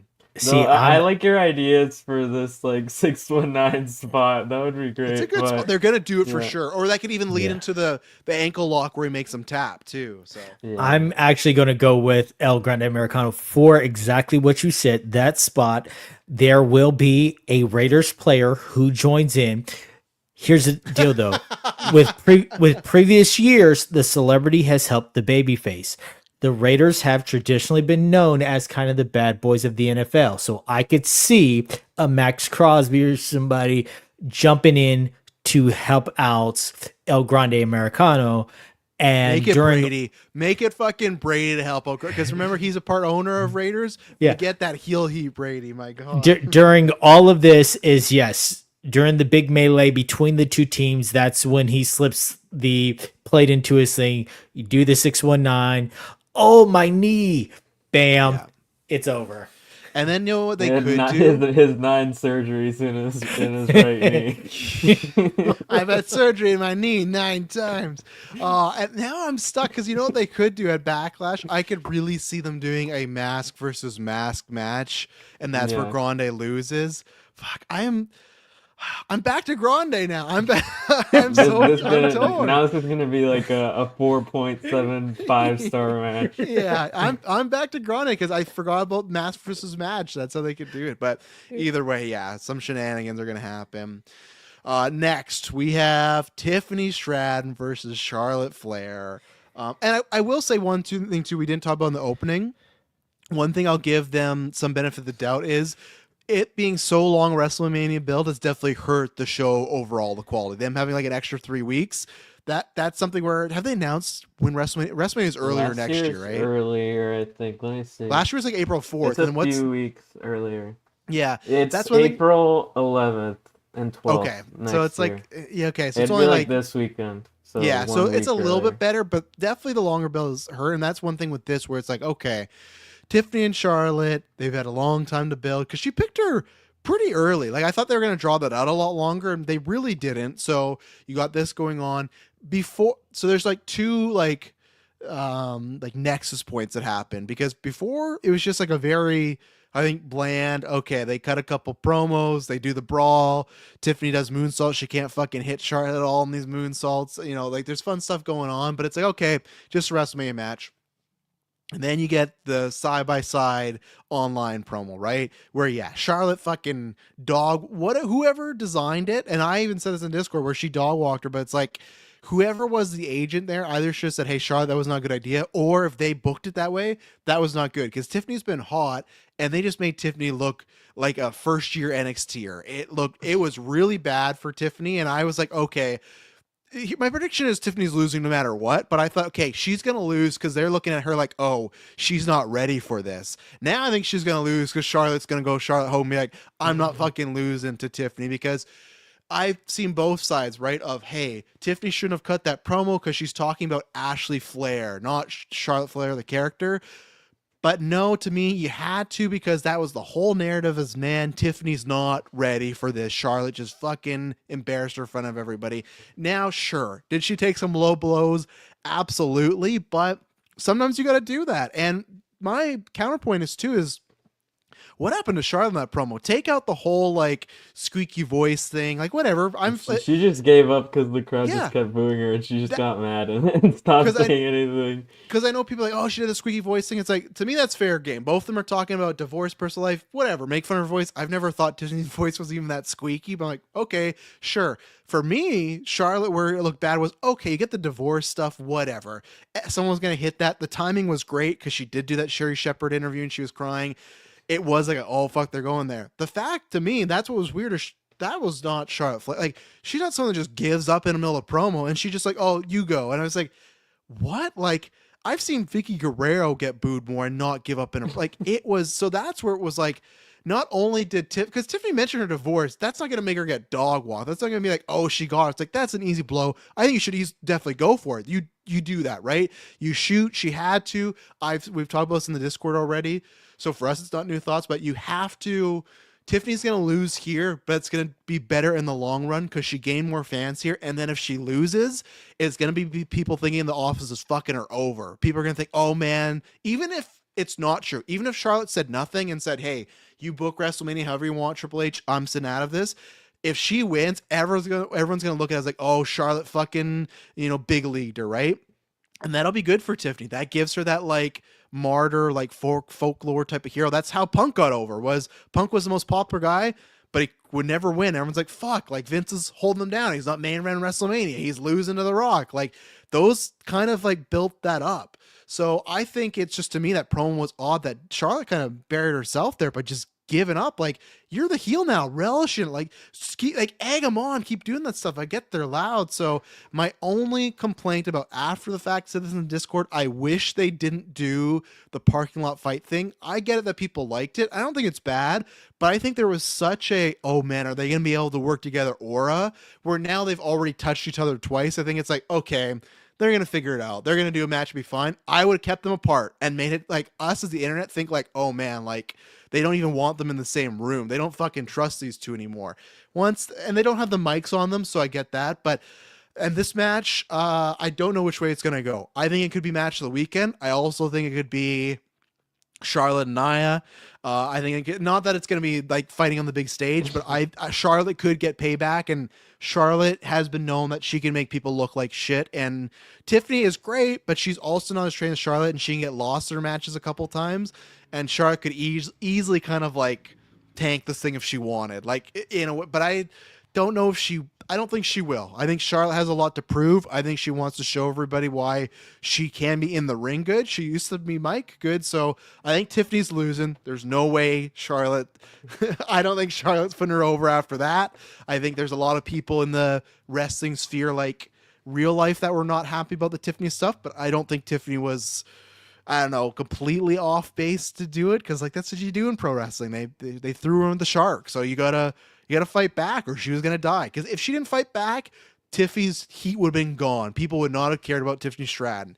Now she has to like wave the waters for a little bit, but yeah, I'm going Tiffany's taking the L, and maybe she'll get it back later on. David, what have you thought about Tiffany and Charlotte, and then your prediction? So I don't agree with what Bully Ray said about how you can't do this, because she was talking about Ashley Flair instead of Charlotte Flair. For all intents and purposes, kayfabe is dead. She went out on the Sherry show as Charlotte Flair and talked about her everything is social media, Yeah, and she talked about her personal struggles, and she didn't stop and say, "This is me talking to you as Ashley Flair." She came out as Charlotte Flair and talked about her career struggles and coming back and this and that. So at that point, you're fair game. And I know it's been said that other people have in the past seen us done, and some others have done it, where they will kind of, try and trip you up in the promo just to test you and see what you got. Charlotte has done that way too many times with way too many people. She does it with other people on her level, and she does it with rookies. Like there's no level to this. This is no, hey, rookie, I'm trying to show you the ropes or, break you in. This is just Charlotte's an asshole. So for that purpose, I kind of think that Tiffany might take this. I think Charlotte's going to have the better entrance. I think Charlotte will definitely out wrestle her, but I think Tiffany will find a way to win this somehow, and then she can stake that claim. And I think part of that may be because of how personal this got, and with Charlotte going off script so many times and challenging Tiffany and having her be put in a position where she had to come back on 2 different occasions. The first time, she failed miserably because she was deer in the headlights. The second time, she was prepared with some personal quips against her. So I think that's one too many times. They've taken too many liberties. They'll probably like, you know what? We're going to use this to build Tiffany. If you knew behind the scenes and they're like, hey, if Charlotte doesn't go over, this could be like a foundational breaking relationship thing, potentially losing Charlotte, do you still put Tiffany over? Yep. I do too, but Charlotte to AEW after. Well, hey, Rick's already there, so Hey, and we're gonna get her and Britt. Here's the thing with AEW: when it comes to the women's division, it's mediocre at best. So there is a chance that she could flounder. There is a chance that she could go over there and then end up coming right back. I don't see Charlotte taking that ROH pure women's title. off. Yeah, she's not taking the Mercedes Moné route and traveling the world and being big in Japan and all that other stuff. No, she's gonna try and big league over in AEW, realize there's no one over there to really big league with, and end up right back. I also think that with Tony Khan's obsession with Mercedes Moné, Mercedes could be like, yeah, nah, don't bring her over here. It's not worth the hassle. And then she's just left out in the cold until she eventually comes back. They TK wants to run Monet and Ashley Flair, and they had great chemistry. Those two, they put on some fantastic matches. But yeah, that Raw Women's Championship main event that they put on, where they had the pin attempt inside the railing on the steps in the crowd. I mean, they had some great matches. I don't think Charlotte right now is worth the risk. So yeah, there's a possibility, but if you're going to lose one of them, I wouldn't lose your up-and-coming star. I would build that up-and-coming star. You've done a lot with Charlotte already. There's no need for her to break her dad's record. Yes, it'd be nice, but she's already solidified herself in her own right. Build the new star. Yeah. All right, S-Bubs. Just to have the different take than my original prediction, I'll go with David on his side of Tiffany winning. Oh, okay. I can't wait for that post show when I get to see that. I knew it. Because my thing is like, she lost. When's the last time Charlotte won at WrestleMania? Charlotte WrestleMania match, because she lost to Rhea, and obviously she's been injured a lot the past couple of years. So I don't know that answer. So that's what you go, and I'll find that answer. I think it's probably. I think. Did she beat Ronda Rousey at WrestleMania? I don't actually know. Yeah, I think you're right. That was the last then one. Then it'd be that one. Yeah. WrestleMania 38. She defeated, that was a very random one. Okay, so she lost to Rhea. Lost to Rhea at 39. Beat Ronda at 38. She beat Rousey at 36. Didn't she beat Rhea at 30? Didn't she beat Rhea at 36? She beat Rhea at 36 in the no crowd. So yeah, she has definitely like a win. Okay, so it's she beat Becky and Sasha, and then she lost Bayley, Sasha, and Nia, and then she won against Asuka. She lost against Becky and Ronda. She won against Rhea, won against Ronda, and then lost against Rhea. So that's 1, 2, 3, 4. So I think she's literally she has 4 wins, 3 losses. So yeah. I guess this would put her at 50-50. So not as bad actually as I thought. I think the 36 win is also hurting her case in this match, because everyone said afterwards Rhea should win over in that no crowd match. Everyone loved Rhea. She should win over. Now, yes, it worked out in the long run. She shouldn't have. No. Look where they're the second they were in no crowd. At the time, people were saying Rhea should have went over. Now, in the long run, yes, it worked. It worked out perfectly. But at the time, because look what happened to Drew. Drew had to beat Brock Lesnar in a fucking just like fucking one guy clapping or something. Like no, like that's where. And then face Big Show immediately. You fuck the Big Show thing, but that's where like I completely agree. Charlotte should have beat Rhea. It worked out for the best. You should have Rhea winning in that. And now at some point we got Rhea Charlotte 3 because they're tied. But okay, so Charlotte would be at 50% if she lost this. So there you go. It'd be a 50-50. So S-Bubs, you're saying she's going at 50%. Yeah, I'm going for that. I'm a little. I could believe it. I just wonder what they would do after the fact. Unless I've been pitching this since the gimmick started, men or women. I either want Seth and Drew to do it, or I want Becky and Charlotte to do it. Why is no one doing the 2-man power trip gimmick? That's what I hope is. Let's say Charlotte loses, get Becky back, and have her and Charlotte just do Hogan-esque stuff. The two, like Rock and Austin. Like I want someone to do the 2-man power trip, but we'll see what happens. And then. Oh boy, the main event, Seth Rollins versus Roman Reigns versus CM Punk for nothing. They're just fighting for whatever. That's my thoughts. I said this a little bit before. These guys have heard it, so I'll abbreviate it. Not a fan of this. CM Punk is an all-timer favorite. He's in, I don't know who my number 1 is because I've always said it's in eras, right? It's like Undertaker, Punk, Omega, and Cody. That's like my Mount Rushmore of like each guys for some reason have got me back into wrestling or introduced me to wrestling. Punk, he kept me wrestling in 2011, 12. The way I tell myself is this is a mulligan because he should have got the main event back in the day. That's where I'm trying to go. Okay, it should have been Rock, Cena, him, and 29. No one wanted Rock and Cena 2. We got it. It should have been multiple times, right? Or he should have been in the spot where the Miz is in 27. I still hate this because I still think this it diminished all the titles, like, to me, and it diminishes the Rumble. Now I'm caring less and less about the Rumble, other than like the match is always fun, but that's where it's just at this point, I wish they just had Punk beat Gunther, and this would have been for the world title. Like, that's where, even if this one of them would have held it for a month, like, just give Seth, Roman, or Punk the world title. And then for me, I'm completely on board with this being the main event. It's just weird that these guys are fighting for nothing. Like, they're not fighting for nothing, but like, there's no prize. No one's retiring. No one's coming back. It's just, well, Roman and Paul have a lot of stroke, and Punk's always won a main event WrestleMania. So here you go. It's odd because it's just little things, like many things in this Mania. When we talk about the build-up, like Drew's going after Roman. That story was dropped. CM Punk has to win the Chamber of Rumble because he won't main event WrestleMania. Oh, that story was dropped because Paul Heyman can just do it. Like, that's the thing where I think they're fine, but you don't want this shit to build up the next couple of years, because then you will get people uninvested, because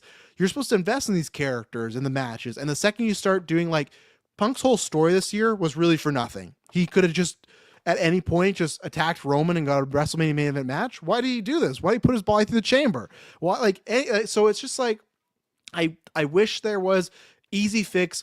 Fucking Punk hints a GTS on Gunther. He's world champ. There you go. That's the reason it's the main event. So I wish there was a better way of getting there. I'm happy for Punk. I know that the match is going to deliver on it entertainment wise. Obviously, you go either way on how you're going to feel with Roman.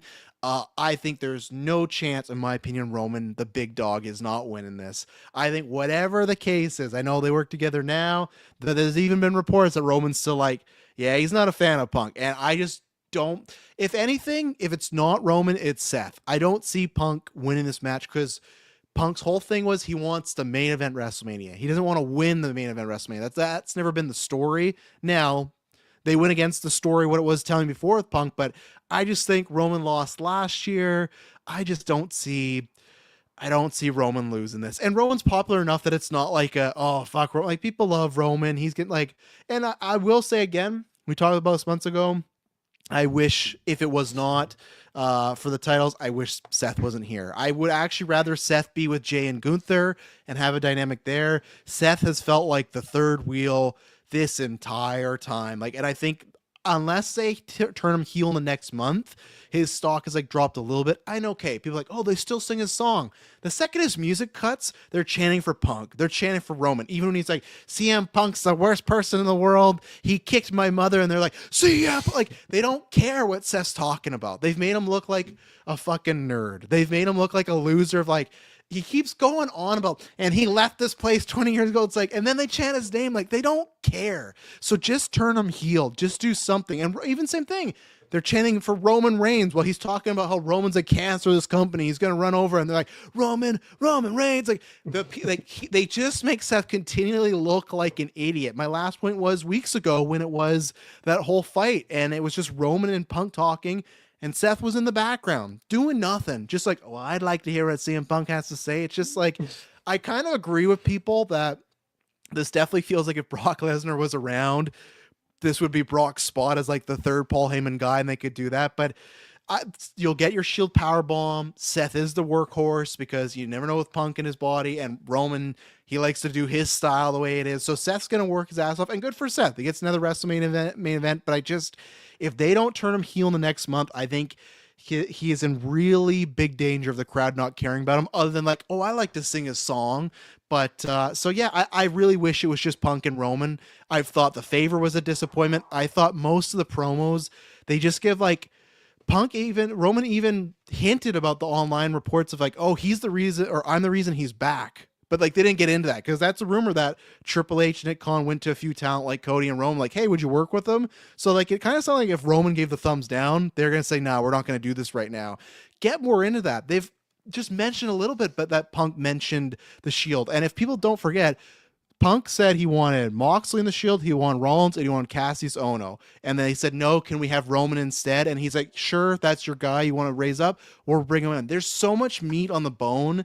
They've not even touched. It's all about the favor and the main event. So for me, this is like like A tier directors, I mean those guys, with like a B tier script writer. That's what's happening here. So I've been disappointed by all this, even though the match is going to deliver.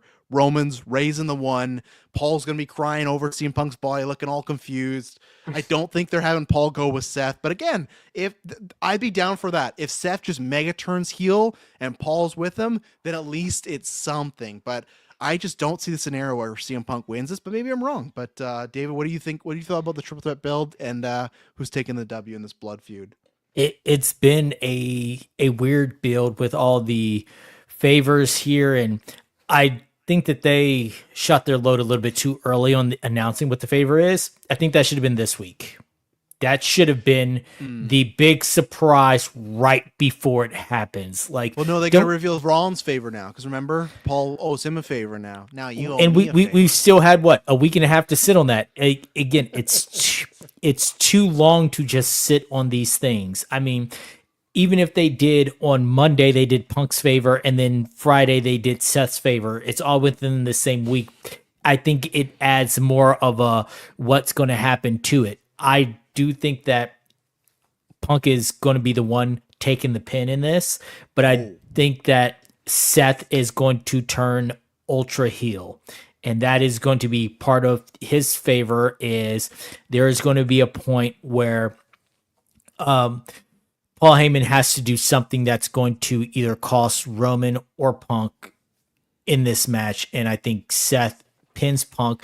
And I also think it's kind of a, hey, Seth, we know you did us a solid by working with Punk all this time. We know how you the past felt. 2 years. Last year you had to work with Mania, no leg. You know, You've been doing all these sacrifices. You get to have your hand raised at the end of night one. And I think with Roman not taking the pin and something happening with Paul Heyman, then you can continue that on down the line. But Punk takes the pin. Seth is the one who pins him as a, hey man, thanks for all you've been doing, because you've been holding it down, even when literally Kevin Owens had to hold you up in the middle of the ring as Cody celebrated last year. Mm-hmm. And then I hope the Ultra Heel.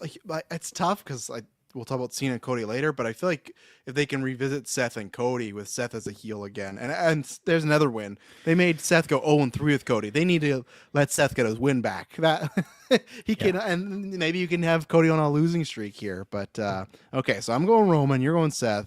S-Bobs, what are your thoughts on this match, and where are you with the winner? Yeah, I'm excited for it. Like you said, the story has been like sort of weird on the stuff they do and don't touch on. But I think by the time it gets to the match, it's gonna be hype. It's gonna be aura. Yes. It's gonna have cinema moments. You know, they're gonna hit the double power bomb or like the buckle 100%, bomb and the yeah. spear and stuff. But I think Seth's gonna win as well. Wow, I would love to see that, because people think I'm memeing on Seth. I love Seth Rollins. It's just like I've felt for years he's been like, he's too much of a company man sometimes. I mean, and even people now are being like, why are you complaining? He probably politicked his way in a triple threat. I get that. I think there's a way, but wow, you think Seth's gonna get who takes the pin? I don't know. I feel like it'd have to be Punk. I feel like, unless it's like, because I feel like you can continue the Punk Seth feud like on a Yeah. PLE.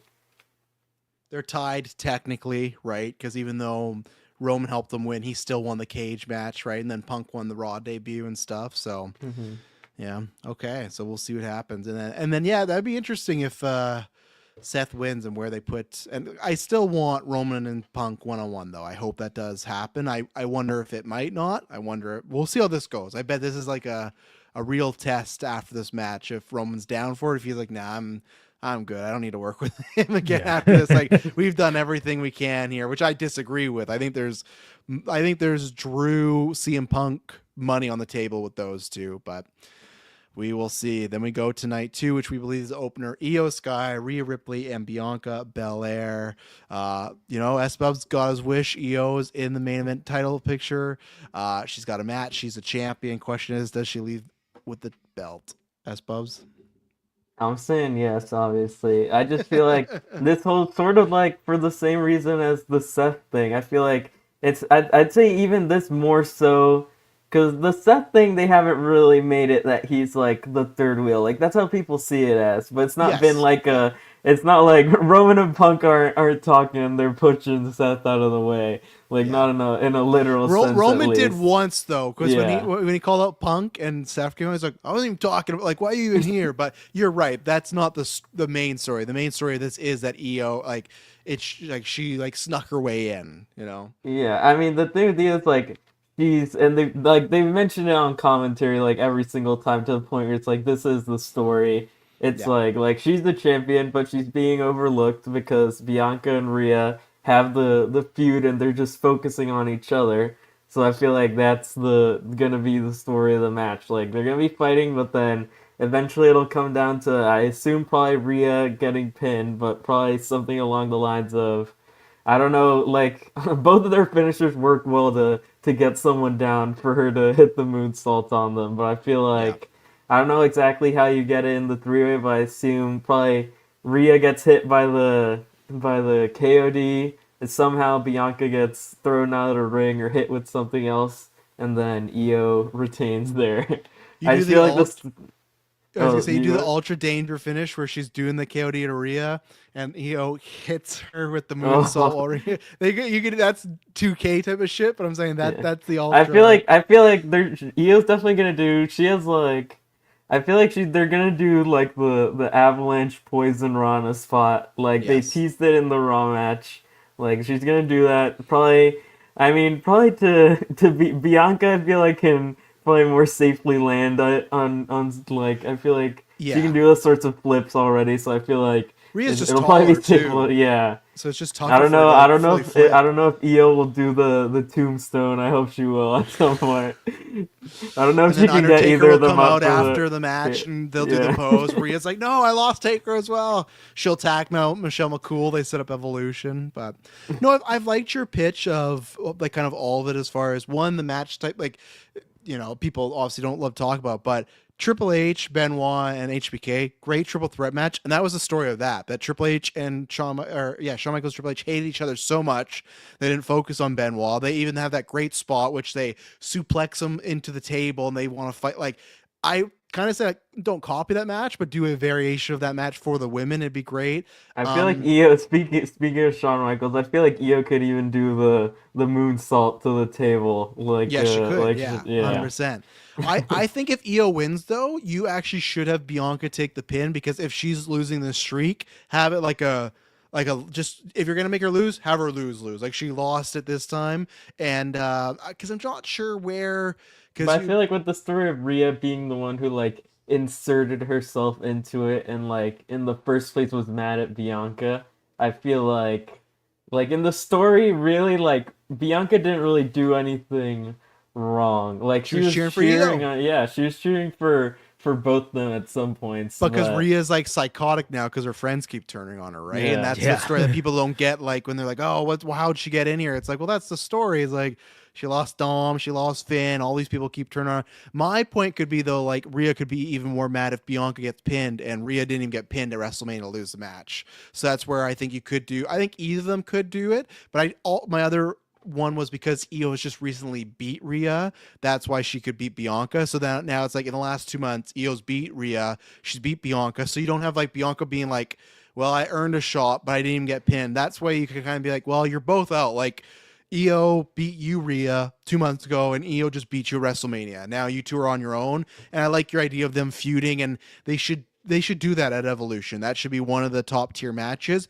But I said before, there's always a chance that if they want to do like a Bianca versus Naomi for the title, that could happen. Your pitch, S-Bubs, Yeah. of the separate feud, they might do that with Io and Rio. That could be the feud that they are the ones for Raw. They feel like they screwed each other over, and they're going to feud for a couple months because they've had a bunch of matches. And I guess Bianca would be on Raw then, I guess. I don't know. So, Yeah, that's the thing too, because she's technically on SmackDown. But yeah. I mean, it's happened like Cody was on Raw and he beat Yes. Roman, so it doesn't Yeah. really matter that much. And And you can just draft people to yeah. other shows anyway. And I still honestly give it a 5% chance that Rhea wins because, like, I think she won't because Rhea's had 2 big wins at WrestleMania. Bianca had that big win with Sasha at WrestleMania. Io hasn't had that big moment yet, so I think this is that. But Rhea's just also the most like either second or most over person in the company. Doesn't care what Twitter says. Like there's that great video of Stephanie interviewing Rhea, and she brings up the clip from Cody of Cody complaining like when he's not the top merch seller. Like Yeah. it's just like movies. Internet wrestling is a fucking bubble. Anytime Rhea comes out, the pops are massive. Lucky enough for Io, when they had their match, it's like a 50-50. Like people love Io too. So that's worked out. I was surprised how much is the case. But I feel like with WrestleMania, you get more of a mainstream crowd and people know Rhea Ripley. So there's always a chance. It feels like with John Cena, where sometimes you think Cena's losing that year Mania, and they're like, just let John win. Like if there's a situation where they have no idea what they're gonna do for the winner of their women's match, they're going back and forth. I could see him just being like, yeah, give it to Rhea. She's popular, and like the crowd's gonna like the crowd will pop, right? If she gets a win, she has her cool gear, then you can tell that story of the last 3 WrestleManias. Rhea's been on top, so when the next person, whether it's Julia or Stephanie, come to take her down, I think she's doing some sort of Joker themed gear. I can't believe it's not Art the Clown. I thought for sure it was going to be Art because she's like talked about Terrifier so much. She got the tattoo. Yeah. I think she's going to be in the third one. I thought for sure it was going to be Art the Clown. But yeah, my percentages would be like 70 for Io, 25 for Bianca, and 5% for Rhea. Because there's always that chance. I just go, like Nick Khan's watching. He's like, oh, Rhea's not going over tonight? Oh, no. Okay. Rhea over. Like there's always a chance because he even said it this week. Like we don't listen to the internet, which I don't believe. But like we don't listen to the online. I think that could be him thinking. Triple H tells him that I don't listen to the internet, and he's just on and they're on his like burner I said, account. I could literally see a fucking lock by the board. Oh, Rhea's not going over. Like no, like my sister's wife has a Rhea Ripley shirt. Like you're putting her over, right? Like she was at UFC. Like she's the most mainstream star they have next to Cody. So it's just you never know. But David, which way is this going? This one was kind of my hardest to try and figure out, but yeah, I'm gonna go with Rhea on. Sorry, I'm gonna go with Io on this. Like wow, he got. I'm gonna go with Io on this. Yes, Rhea is probably the most popular out of the 3, but I don't think her popularity will be lost by losing this match. I think she's going to have a memorable entrance. I think she's going to put on a hell of a show, but she's one of those also who she's great as a champion, but she's also great in the chase. So I think that Io getting the win and having a cool ass moment on getting her win, because I think that her moonsault is going to come off of the back of something else, and it is going to be whatever that ending sequence is. It's going to be memorable, and it's going to be something that is captured on Twitter and reposted. Like they are going to make a moment out of it.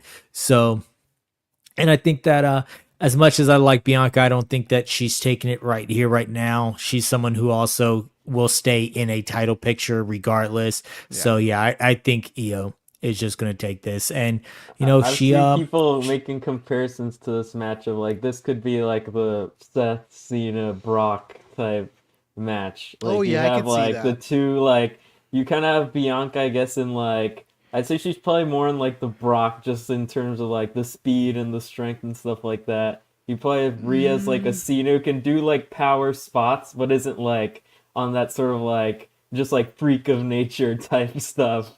And then you would have Io, not in terms of who wins, but I mean just in terms of like the sort of like structure of it.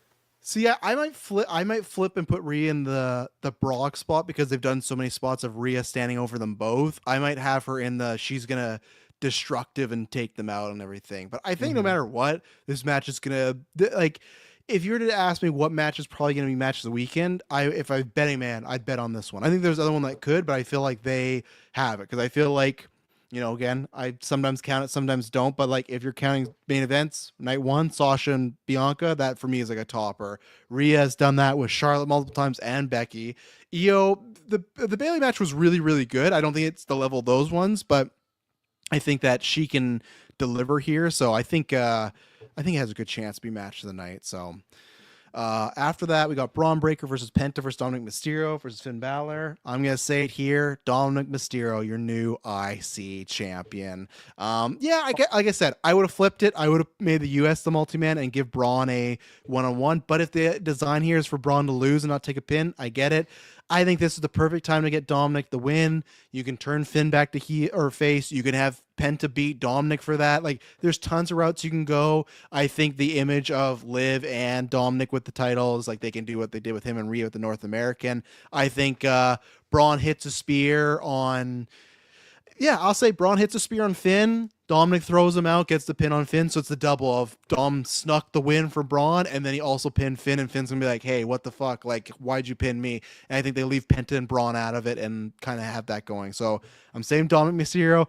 I could see it being a very short run. I could see it being a fucking 8-month run because like he's just like that's a perfect guy to like just sneak and you got Judgment Day. But and I don't know who they're gonna. I think if they kick out Finn, they are gonna add someone new. I've actually not mind the Karrion Cross like theory. I would be down for that, but I think Dom. Oh god, with the black and purple. Oh my god. Yeah, and even then, that's a good IC opponent for Dom, right? If they have Rusev throw him around a little bit, like Dom, you can do a lot. And like I said earlier, Braun, I think is just he's outgrown that scene. He should get back up to the big boy title now. He should start whether it's Money in the Bank, whether it's Rumble. I would actually like Braun or Gunther to win the Rumble. I think that's a good way to heat them both up. But David, who's taking the IC title? Originally, I was going with Penta, but now I think you've convinced me to go with Dom. Like you have legitimately convinced. I did think Braun was losing it because I think that Braun is going to go on and he's going to be in the main event scene. After this, he's going to be probably Jay's next opponent if they don't run back him and Gunther. You know, I think they're going to hotshot him up there. They've had matches before. They had the IC match before, so we know that they can do it. So originally I thought Penta, but yeah, I could see a situation where Dominic walks out of it. He solidifies himself as the new leader of the Judgment Day. Finn, you can't tell me shit. I'm running this now. We will be bringing in a new member. And if you don't like it, Rusev Crush. Yeah. So, plus you got the Eddie photos too. He has the mullet right now, so there's a lot they can do. So yeah, I'm on the same page as Travis. I think Dominic wins, pinning Finn. That's probably your first feud, and I think eventually Penta probably wins it off of him. Yeah. Only way Penta doesn't win him off in the draft, they put him and Phoenix on the same brand, but I don't think they need to right now. I think they can hold off. No. I also would. Like, to me, like, not to long-term book it, but I'd say, like, do that for Mania next year. Have, like, you know, Lucha Bros versus whoever the tag team is. Like, get that going. But right now, establish Phoenix more.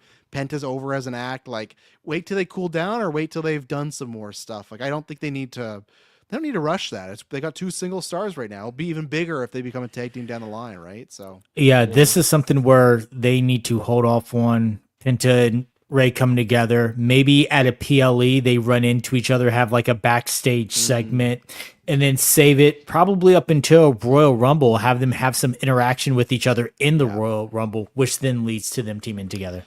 It kind of sucks that it not sucks, it's fine, but like I almost wish in retrospect they didn't make Penta the first 2 entrances this year. It would have been great this year if it was him and Phoenix to start the Rumble. That would have been fun. They could still do it, right? They might be like, oh, whatever, but still, I think it could be a Rumble situation there. So, okay, so we're all agreeing there. Damian Priest versus Drew McIntyre in a Sin City street fight. Guy just fucking got his eye patch off. Like, oh, let's put him in a weapons match. Fuck, man. But I think this has been like better than I thought it would be, but I'm still not happy with it. I'm still with Drew in that interview. He said like you could have added him to the main event of night 1 and been a fatal 4-way. I still think you could maybe even had him over Seth in there. Like I just was very invested in the Bloodline Hunter gimmick. I thought, oh, this is really cool, and didn't go anywhere. Same thing. I would have been fine if they did Seth and Punk at Mania and then Roman and Drew. So I think this has been fine. I hope they have a good, fun plunder match. For me, Drew has to win this one. Damian Priest has won me a bit over this year. I just think with Drew, they've done not the greatest job of making him like a tippy top guy. He's always on the bubble. I think if he loses Damian here, it's kind of like some credibility gone. I feel like a lot of people uninvest in the Drew McIntyre story. I know he can always be an asshole and just like come out and bloody you up or steal a bracelet or whatever, but I think you got to get him some W's here, especially last year too, right? Like Damian already beat him last year, so it's like you're trading off wins. So I think Drew gets a win in a tough, hard-fought match. But S-Buzz, what do you think here? No, yeah, I agree with Drew winning. I hope this is a really fun match, you know. I hope they go into the crowd or on the stage Yes. or whatever and just do all the cool stuff. And yeah, I feel like you said, Drew has to win. Especially, I feel like you could probably get him in either of these title pictures, really, if you want to Yeah, you could do do Drew and Cena, Jay if you want to do easily. Jay, yeah. Yeah. Oh fuck! Like babyface Drew McIntyre again against Cena. I hope my worry about I hope Cena being healed does not mean we don't get him and Gunther and him and Drew, because I want that before it's all over. But David, are you 3 for 3 on this? Is Drew taking it? I'm Team Drew on this. It's last year Damien got it. This year, give it to Drew. I think it's going to be a fun match. I really hope that they utilize the backstage, not just going to the crowd with the street fight. I want them to really utilize the backstage. I want this to look like either the WrestleMania 17 when they're in the back, the golf cart thing. Don't accidentally knock out the power like they almost did back in WrestleMania 17, but just utilize all that space for this Sin City street fight. Utilize the staging area to the best you can and just have a all-out brawl to where Drew ends up taking it. Randy versus TBA. As of right now, we kind of are assuming it's Solo. We haven't got a graphic or anything like that. I guess you could always just have Randy win the battle royal, but I don't think they're doing that. If it's Solo, it's fine. It sucks that they don't have anyone like with Black. Seems like it's not that. Rusev, there's always the meme that he won't lose, and plus they are returning, right? You might not want them to eat a pin right away. My pitch, people might be crazy that I thought to pitch this. They wouldn't because they'd want to promote it, but my pitch was Goldberg. My pitch was surprise opponent. Goldberg comes out, massive pop. Again, he always says he needs time to train, so it wouldn't be that. But I think you could have like a 5-minute finisher spam banger, and the crowd would be uber happy. My finish is Goldberg goes for the spear, and Randy catches an RKO. It's done. We kind of think Randy is gonna be a big part of Backlash. Maybe main event with Cena, so he has to win this. So if it's Solo, that's fine. I think Solo again should be on the card. He was a main player last year. I just would have put it on night one with Jacob Fatu and LA Knight. I would have made that triple threat or the multi-man. So it's a little weird, but yeah, no, Solo came out and was motherfuckering him. So we'll get that. And I think that's it'll be a fine 3-star edition, and Randy will hit the RKO and set everyone home happy. I just would go with the, like, if it's going to be a TBA, find somebody, or like even like, I don't think they could do this, but like, who's in TNA? I know people said Jeff. Like, I almost would not be opposed. Like, because you know why? If that music hits and Jeff Hardy comes out, massive pop, give them 7 minutes, just let them go crazy and Randy win. Like, that's what I'd say is, like, if you're gonna do a no build whatsoever match, just throwing Solo out there, I just feel like the crowd's like give them. It's kind of like when the Shield came back for the first time and Roman was hurt, so they had nothing but like have Kurt Angle team with Seth and John. It was completely random, but it was Kurt Angle's first match back in WWE in like a decade. That's where I am like, what legend? Well, I was just watching the video about, is it WrestleMania 24, I think, where it was Batista versus Umaga with just like no build. They were just like, yeah, No, like it's Raw versus SmackDown. yeah. Yeah, and that's where it was a very kind of dud match, even though I thought that could have been a good match, and it was fine. But that's what I mean. Find somebody, hit up TNA, hit up, I don't know, hit up your fucking WIID, find or what legend can work. Like, where's RVD? Like, just like have something fun and just keep it short. Give Randy a cool entrance. Give like there has to be somebody out there. Like, get the fucking boogeyman. I don't know. Get Booker T, not Pat McAfee. Don't put him in that spot. But that's my pitch. Whoever it is, Randy wins. But David, obviously, I imagine you would think Randy wins. Do you have any outside the wall pitches other than just Solo? I mean, he can wrestle his illegitimate son, Miles Bourne, but I'm with the internet. I did see a photo this week. I thought it was Randy Orton. I did too. Like, the one outside the performance center when you're like, I thought that was Randy. I literally thought it was Randy. No meme. Like that guy needs to grow out his hair. He needs to grow out his hair and get it long. Like he needs to change everything about him because he looks like a Randy clone. But yeah. yeah. And I know they had like joked about it, but I would not be opposed to Nick Aldis coming out of Yes, retirement yes. and having that match, because I think Nick Aldis can take the pin in this, and it wouldn't be. I mean, it doesn't hurt anybody. The man's been He's the GM. out of he's the GM. He hasn't been in a ring in so long. Like, so if he puts on that and he comes out and you highlight the fact that he is a former world champion and things like that, then which they do now. They don't not talk about other promotions now, right? Yeah, they say he's the NWA champion. And yeah, he beat Cody TNA for that champion. title. You know, like he. Yeah, beat, and that's the one that you highlight. You highlight the fact that he beat Cody for the NWA championship. That builds him up. Yes, he is a former TNA champion, but if you build him up as the man who beat Cody for the NWA championship, that is a bigger deal. The other option is, if you're going to go with TNA, I think that this would be a good time just for the pop. Bring out Joe Hendry. Of course, he's going to eat the pin, and then you can say, "We beat your world champion for the world championship. we beat your world champion on WrestleMania, but we let your world champion on WrestleMania." So it's one of those things of, we gave you a shine on the biggest stage, but we get the win. No, and then you get him to be TNA champion. Then at Backlash, John Cena WWE champion, Randy Orton TNA champion, unification, unified, and then Cena's TNA champion. That's when he goes to Japan to face Tanahashi. He comes out with the WWE and TNA championships. And if he beats Tanahashi, he becomes #1 contender for the NJWP championship. And then The Rock meets with Tony Khan, and they get Moxley versus Cena, and that's who ends Moxley's reign. And you just got Cena with all these titles. But doing the Ultimo Dragon pose with all the belts. He has the Women's Pure ROH championship too. You know. But no, Nick Aldis would be my top pick for that. That to me is like, that's a good mini 2-week story of all this, like threatening him a little, him threatening, like that's where it's like, okay, if you're gonna do anything that's a story, don't just have like Solo come and be like, "Oh, Randy, you're a loser, not a Mania." It's like, dude, you weren't on WrestleMania a couple weeks ago, regardless. Like, and it sucks because the KO match was, I think, gonna be really good, and man, that sucks. I hope it's not like a Edge Stone Cold one. I hope it's like a Chomp or something else where he's gone for, like, 6 months of healing time, but it sucks, man, and that's a big player to lose. So hopefully one day he's gonna come back to that pop. I guess another one, people throwing out Sammy. I still find it's really weird Sammy's not on Mania. Like, I don't know why he's not even the IC multi-man. It's just, I'll give kudos to S Bubs. You predicted that after the Chamber show, and I said, no way, Sammy's missed WrestleMania.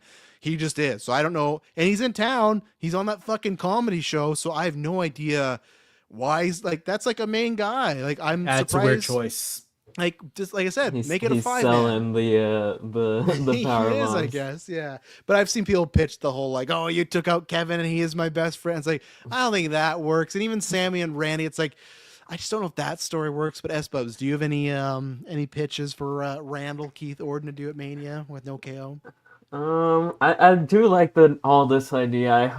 I wish that happened. I mean, they haven't officially. You would think they would announce Solo but the thing I also saw people point out is, like, Solo came out and, like, he didn't even say he wanted to fight Randy at WrestleMania. True. I just thought that's what they're gonna try, because they fought to the crowd, and I just. But another thing people said is, like, maybe they fought to the crowd just so you have the Fatu like, you don't want to have Randy and Fatu like in the ring or something. My worries are just like, Nick's like, "Oh, it was so bad last week. We need to have this match, and we're gonna do it at May." Like, that's my worry about the crowd fight. It was, oh no, they can't be contained. I feel like Solo's gonna happen, but I do wish it was all this. I think that would be fun. Yeah. Do you have any other random picks, like a Joe Hendry, anybody else that's like my Goldberg? Do you have like a good meme one? Like, we talk about Discord, we don't think it'd be Black or Rusev because we think they want to win and stuff.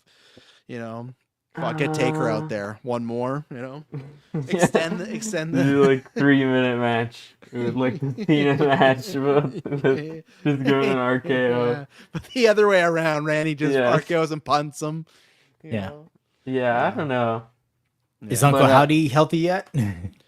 Yeah, that could have been fun. That sucks that they're missing. And again, since who knows what the fuck's going on? I know one of them was an injury, but same thing with this Bliss stuff. That's super weird. Comes back, mega pop, signs a new deal, Chamber, then Biggest gone. pop of the Rumble. Yeah, Biggest pop, super weird. easily. Super weird what's going on. Fuck, have him versus Alexa Bliss. You know why? Alexa Bliss has beat him in a match before. Had that comeback. So.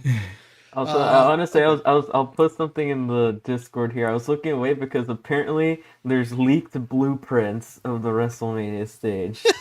What are we doing? Like a bank heist here? If you want to see it, Yeah, you can put it in there. I'll put it in the Discord. Throw the next one. So we got AJ Styles versus Logan Paul. I don't care about this. Let's see here. Oh, that'd be a massive stage. It appears to have also a ramp for some sort of car entrance. Oh, Stone Cold with his fucking ATV, probably, right? He's gonna come down. I mean, it looks like some sort of like sports car, so I assume Okay. just somebody coming out of a. But it kind of looks Undertaker's like motorcycle. It kind of looks like I don't know, like a Vegas casino type Yes. huge See? stage. Do this match. And that's the leaks. and- It's been looking like Mania 39 size stage, just like a That- massive stage. I'll put it in there. You see that building there? This is why you do Randy Orton versus Jeff Hardy. You have Jeff Hardy fucking jump off that thing for the Swanton. He misses. No, you have Randy catch him with the He RKO. misses, yeah, just falls off there. But yeah, we'll see. AJ Styles, Logan Paul. They've not made me care about this one. Like, I'm not even saying because Logan Paul. I just feel like it's been a weird. Like, I'm gonna call you out. You're gonna call me out. It's like the Logan Paul. We need an athletic match. It's gonna be an athletic match. They're gonna do a cool spot. Logan Paul's gonna win, and then is there gonna maybe he could also be a Jey Uso title competitor too. I've said this before. My personal stuff aside, Paul, because like the Paul brothers are just an anomaly. It's like, oh, I wish I didn't have to see them on TV. With the Logan Paul character, he just needs to evolve now. Even AJ said that in his promo of like, you can't just wrestle good. It's like, well, yeah, according to WWE, you can, because every time Triple H is a press conference, like, he does things other people doesn't do. It's like, well, yeah, because he has fucking training camps for all his matches, bro. Like even Ronda was like, I wish I got that. Like you guys threw me out to the wolves. So I just want do like something. We just kind of know the routine with him, but Logan Paul wins this. AJ's fine to take the loss. AJ's on his last times out, and I hope AJ gets some fun stuff after WrestleMania season. But anything night 2, this will kind of be me checking out here. But yeah, Logan Paul getting the win. Anybody else thinking AJ gets a win here at all? I wish, but no. He's there to eat it. Yeah, he's there to eat it. We got the newly established Liv Raquel versus Lyra and Bailey for the titles. I think this could be a good match, and I think Judgment Day takes us. I don't see a title change happening here. Especially if Dominic's winning earlier. Yes. You get those photos, and then Finn's the loser. Carlito has his copy of 2K, whatever, And that I'll be excited too when JD gets back to see if JD goes with Finn or he also turns on Finn. We'll see what happens there. I'll take that back. I won't say I'm excited, but I'm intrigued. Excited might be too high. But finally, Cody Rhodes versus John Cena. David, I'll start with you. What do you think of heel Cena so far? And who do you think's getting the win for the main event of WrestleMania 41? Big time. They've been doing lots of promos about history of championships. Cena says he's going to leave. Cody had all the championships last night or 2 nights ago. What are your thoughts on the feud and the end of the match? So since I wasn't here last time, I will say that I am still heartbroken about being broken up with by John Cena, even though I did not know. We're in a long-standing relationship. Yeah. His heel turn has been, I would say, better than mediocre, but it hasn't been like career defining. It hasn't been just like, oh my God, this is this parts of John Cena I've been wanting to see. Yes, his promos have been great, but it's basically just him talking real. It's nothing groundbreaking. It's nothing that's going to make the kids cry, really. This isn't, Hulk Hogan turning and joining the NWO back in the day. There's nothing about this that just makes you go, oh my God, I did not see this coming. How could you? I can't believe it. It's like, yeah, man, we've been yelling die Cena and Cena sucks and all this for years. Like, the man finally just said, all right, F it. So, but I think that at the end of the day, Cody's going to win it. I don't You think Cody's going to win? I think Cody's gonna win. I Wow. don't think that they give the final Cena title reign right here, right now. When else? We're ticking down. The guy's still barely around now. Oh my god, that's a hot take to me. Because I think Cody's looking at those lights and he's chasing them. I just think like if you turn Cena heel to lose at Mania, like what was the point then? They should have just done baby versus baby then. You know, like that. I've been fine with the promos. I'll take that back. Promos have been great. I think it is like a weird motivation. It doesn't fit. It definitely feels like this is the promos he wanted to do in 2012, where it hasn't like everyone thought the story was clear. Of, oh, he's teaming up with The Rock because Cena doesn't know if he can actually beat Cody. He's gonna need some help. That's never been touched upon. They've never, other than Cody being like, "You can't wrestle." Like that hasn't been a thing. Don't know why John Cena's not once talked about The Rock. It's very, very odd. I don't know why.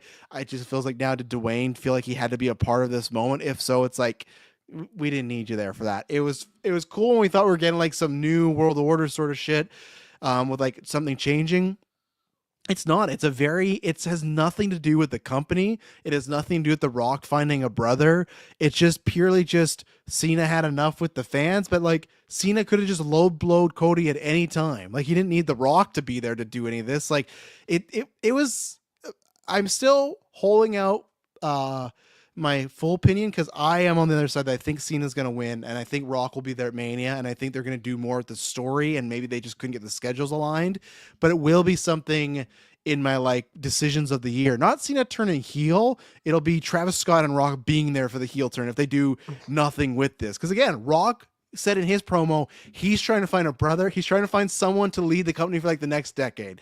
He picked Cena. Okay, doesn't make sense, but tell me why. Rock's been gone, and Cena, it's like Cena got lobotomized. He didn't even remember that he joined sides with The Rock. Like, but I just think for me, it's like the Jey Uso thing where if Cena turns heel and he just loses, to me, I feel like it's kind of a waste. Like he kind of did it to nothing. Even if Cena were to have it for a month or two, but I think Cody's going to lose it. He's going to go back on the chase, and I think Cody will be back here WrestleMania next year, whether he wins a third Rumble, whether he wins a Chamber, or whether he's champion again, which I actually think is going to happen. I think he's going to be the one to beat Cena. I think Cody will be back here. Maybe that's when they do Roman and Cody 3, because maybe they're saving it for that. But I think Cody's taking the loss here. So, obviously, we're not going to see SmackDown before, but go ahead, Dave. Part of my reason behind that is the SmackDown versus Raw association. If the belt was still on Raw, I'd have more of a chance of him winning. I think that there is a chance he could lose here. He is still on his I'm going to break Ric Flair's record. He goes over to Raw and then starts after the World Heavyweight Championship. Poor Jay. Listen, Cody wouldn't do the job, but we need you. We need you to do the job for Cena. And he would still break that record because it still counts and it's Raw. So Netflix is going to want him on their brand and everything else. So I think the draft though in May though. So couldn't you just have Cena win it? He's on SmackDown a couple times, then they just flip him, right? I think last year they said the champions didn't change brands. But, Yeah. I mean, they can just change the rules. Oh, they could. It doesn't matter. They'll do the Charlotte belt exchange. Yeah, him and Jay exchanging belts. Jay's like, I got the fucking spinner belt now, and both brands have the spinner belts. It's like that time when they said like, what was the WrestleMania? Oh, the exchange or whatever, the talent exchange. The transfer window. Yeah, they're like, oh, it's over, and then the next week they're like, oh, the exchange. Like someone came back. It's like, what? You said it was over. So yeah, they can make it whatever they want and say, oh, Cena's switching brands or Jay's switching brands or whatnot. So yeah, no, I think he pops over to Raw and then that's where he chases. I don't know also what his production schedule is. I don't know if Peacemaker season 2 has wrapped yet. I don't know. Season 2 is done. I think it's releasing this year. I'm pretty sure. He's still filming that movie. They still have other movies and stuff. Yeah. And he's got 2 other things that are like in production right now, so I'm not quite sure like his full availability, where I think that Cody is still selling those tickets right now. Cody at top is still moving merch and selling tickets. Cody is not advertised for any WWE show after WrestleMania for like a full month. that could Like be on no purpose though, SmackDown right? or yeah. That Yeah. could be them like Because like they fourth have wall ruined in poking the us. past some Yeah. stuff by doing that. Don't get me wrong. I don't think David. I don't think it's 100%. I think that there's still chances. Don't get me wrong. I think there's a chance Cody wins, and I do think it. I'm not gonna say it's gonna be a start, but that could be the origin point of people starting to turn on Cody, because the same way I said about Rhea, that could be the same way of like, well, we just want Cody to beat Cena and have that like passing the torch moment, and we thought it'd be better if Cena was a heel, because there's people like you, Dave. There's people that said, oh, don't do baby versus baby, so they might have said, hey, we really want to do Cena and Cody. Remember, the pitch supposedly was that Rock pitched Cody turn heel first, and Cody's like, nah, I'm not doing that. So like there could have been a version where that was always the plan, Cody would be a heel, and Cody, if Cody was a heel, he wouldn't have lost to Cena. So don't get me wrong, I think there's a good chance Cody is not a good chance. There is a chance, and the internet could be a fucking ablaze. So it's gonna be like, oh, Cody, he's a fucking Hogan type. He beat Cena. Like what a waste. I do think there is a chance. The same way that when Roman beat Cena or Cody the first time, everyone's like, well, like what the fuck? Like why'd they do that? That felt like a waste of the moment. I do think there's a chance. I think it's like 10%. So don't get me wrong. I think Cody's losing, but we could be here night 2 talking about, oh man, like it was just the passing of the torch, and now Cody's like the guy, and now he's gonna like Just Cena turns face, raises Cody's arm, hugs him. I pitched that because I can't remember. Someone was in the chat last episode asking about like, oh, how could Cena turn face? Just do exactly what they did at WrestleMania 18. Hogan ran The Rock over with a truck, and then weeks later they're hugging and kissing and like raising arms. All you need to do is Cody wins. Travis Scott and The Rock are back out there beating him again, and this time Cena's like, no, I'm not gonna do it, and then he hulks up and they beat him, and that's the ending, right? Like you could easily turn Cena babyface just like that with a snap of the finger. My thought is Cody wins. They still try the whole jumps on him afterwards. Rock, because like you said, Rock is looking for someone to lead the next generation. That's not Cena. So Cena, you couldn't get the job done. Here is whoever my new person is who's going to, lead us. It could even be that's how you get Aleister Black back or someone else. Aleister Black. Rock's like, this is the guy. No, I know. Yeah. But you could have someone else. Okay, you didn't get the job done, but you weren't my pick to lead the next generation. You were just my pick to beat this guy. You didn't get the job done. Here is my overall pick to lead the next generation. Bubs, how do you see it? No, yeah, I think Cena's winning. Yeah, like you said, I feel like it's one of those like it'd be like a waste of a moment, I feel like. And if you're gonna have just his last WrestleMania match, I feel like you have to do just to have that he wins in the main event at WrestleMania. Yeah. Well, we will see. We'll be there, break all that. No matter what, I think that match is going to be very entertaining. I do think Cena could do some very heel slow wrestling, but I think they're going to have the crowd with them, and I think it's going to be a good time. There's going to be a lot of standing around, a lot of looking at the crowds. It's going to be, but Do you think it's going to be like a Bloodline Rules type match where people just start coming out, or do you think they're just hell yes, straight up just a wrestling like Cody Roman won before the interference stuff? I think it's that. No, I actually don't think it's Bloodline Rules, because like who would come out for Cody right now? Like Sammy's That's what I'm thinking. I feel like you finally get the People's Champion versus the People's Champion. No, Ricky Saints.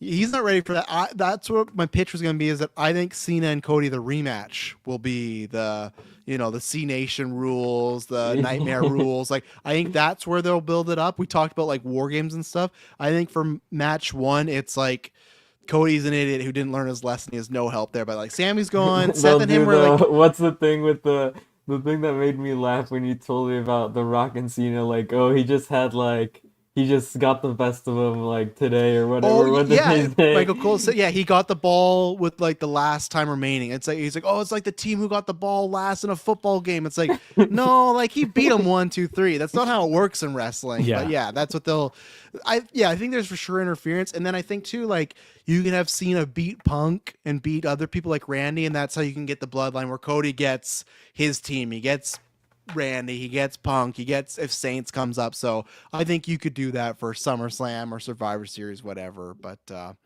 yeah, we'll see. We'll be there to review it. And then quickly, because we went along, so we're going to just go quickly over the card for what we did for AEW Dynasty. Obviously, I think most people would say a great show that had a very controversial ending. Of course, we're still in the Moxley era. Listen, I've always said that he should have lost the title. I was off the bandwagon when they kidnapped the Midnight Express. I was not for it.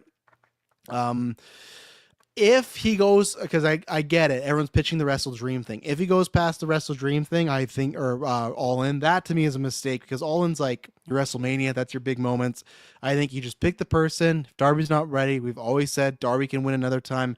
Make the story Moxley versus Darby, not like Moxley has to lose the title to Darby.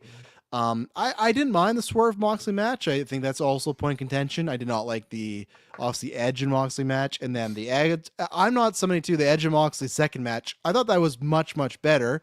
I'm not somebody like fighting with RVD on Twitter about the spikes. And I'm also not the guy who's like they shouldn't do that. They can do that. For me, I was just like that was super dangerous and super like that's just, I watched Saw, but even seeing that was like.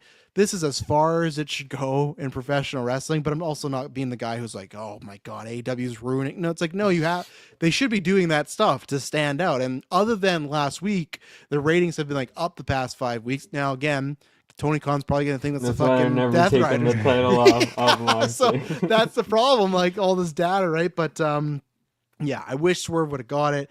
Thought it was fine enough, but I'm going to just hope. I'm going to say it has to end All In. They're trying to make that their WrestleMania. I'll go to the Moxley defender now, Mr. S. Bubs. Do you think it's legitimately going past All In? And then what do you think about the Dynamite or the Dynasty main event there? Do I think it's actually going past All In? I don't know. I feel like I'd say that was what I was thinking with Dynasty 2. I think if the Death Riders lose like their trios titles before then, which I think could happen now that Pac is out and they have like Mox subbing in, I think eventually, at least by All In, he'll lose. But it'd be funny if he did win, especially in like the main event. Oh God! But for the main event of Dynasty, I didn't really like the match. I thought it was just kind of boring. Even with like the table spot and like the Swerve Saunter, like I said it in the Discord when we were watching. It's like they're doing cool stuff, but I'm not really like interested in it. I don't know, because it's like they did that, but then they just rolled back into the ring and started doing like chops, and then back to just like grappling each other. They love to grapple. Yeah. What about you, David? What's your take on we've talked about that's why we're not doing long comment because we talked about months ago. I think we all said, okay, it should have been over, but it's not. They're doing the whole, and I get what people are comparing because I was somebody that thought Cody should beat Roman WrestleMania 39. It had the moment. Luckily, what we got, it paid off in the moment. Thought we already were too long. Bloodline had much more interesting characters where they've not fleshed out, even though, like, Espa's going to meme on them, they've fleshed out Yuta more than they did Pac and Claudio and Marina. At least there was like a mini story there. The other three, like, not really. They stand around and just look tough. Like, that's all they do. And Moxley has, like, a story. It's just not a story I care about. Kind of like Roman, right? I didn't care about Roman's story near the end because, like, okay, we've been doing this for so long. Same thing as Mox. He'd win the exact same way of like someone's in a fucking hood and then boom. This time it's just now the lights go on. I guess it's the Bucks. But where are you now, David, on the main event picture right now with AEW and All In? Are we calling it there? Or are they going to go past? And what are your guys' thoughts on the Hangman Swerve against the Bucks? Right. Yeah. Talk about that. Yeah. I'll go after. Yeah. So as far as the main event of Dynasty, it was a Jon Moxley match. You could take that how you want. And I'm kind of over them. I need a title change. I need him out of the title picture. It's not that I'm necessarily over Mox himself. I'm just over this reign. I'm over how it's going. I'm over not seeing the world title. Like, again, this is your title. I don't want to see some weird gray briefcase that Marina Shafir's walk around with. I want to see the actual title. Like, I want someone to have that prize that they're fighting for. So yeah, I think it's time to drop this. I think it's time to move on from the Mox being the top guy for your promotion. Like it's time to start working on some of those other things, whether it's building up Will Ospreay through the Owen or having someone else come in. Either Swerve or Hangman going back to that position would be great. I think you kind of devalued MJF, so it's going to be hard to put him back in that spotlight, at least we'll right now. I don't know what he's just fucking waiting for WWE. He's just like everyone's waiting. Like I mean, the man had his tattoo removed, so yeah. Again, I still don't know if that's a shoot. I want to see that leg non-wrestling thing because makeup can do it. But like, just because we're not gonna say much about Hurt Syndicate, I like Sheldon. That's about it. MVP's fine. I don't know what the fuck they're doing with this story. Why is there like a story with 4 people being tweeners? I don't understand what the hell's going on. Like, why does MJF want to get into this group? They were mad at like him helping him, like not him not helping them or helping them. It's like you didn't help us enough, even though they did win the match. They won. And he was the knockout blow. He hit him and they put him in the ring and then he won. It's just like, like do you want him out there like I don't know, I guess they want him as a manager, but then they already said don't help us. So it's a confusing story all from the standpoint, and when they're like, oh, you got to earn it. What else is MJ like? I really don't know, and I like, is the selling point supposed to be like, oh, we're gonna get MJF versus Bobby Lashley? Like, that's not a selling point to me. That's a like dream match right there. It to me just feels like all parties are like, we're just waiting till MJF's contract's up and he's going to go to the Fed. And we all, in my opinion, we know it. I know MJF says like, oh, I'll go wherever the money goes. I guarantee you Tony's paid him so much money, he can take a fucking pay cut and go to WWE. And I do think WWE will want him. There is a plethora of fucking stories to tell with MJF in WWE. I think WWE will want him, and I also think Cody will look out for him. I think that their history. Make that the fucking Rock Soul guy. MJF would sell a soul in a fucking second. Like that to me, imagine that if he were to come out and that's the Rock's guy with the Cody history, like that is fucking money feud. There's just, other than like a couple matches like Swerve and like I guess they did Kenny, but like there's a couple programs they should do with MJF, but there's nothing for him to do here. And again, they turned him heel, but the crowd's like, they're cheering him again. The crowd can never decide. At Near's title reign, people are bored of him and booing him, and now he's a heel again. And they're like just a couple months ago, he tried to cripple Daniel Garcia. But now they're doing the he's our scumbag chants again. So it's like, I don't know, man. Like none of you can.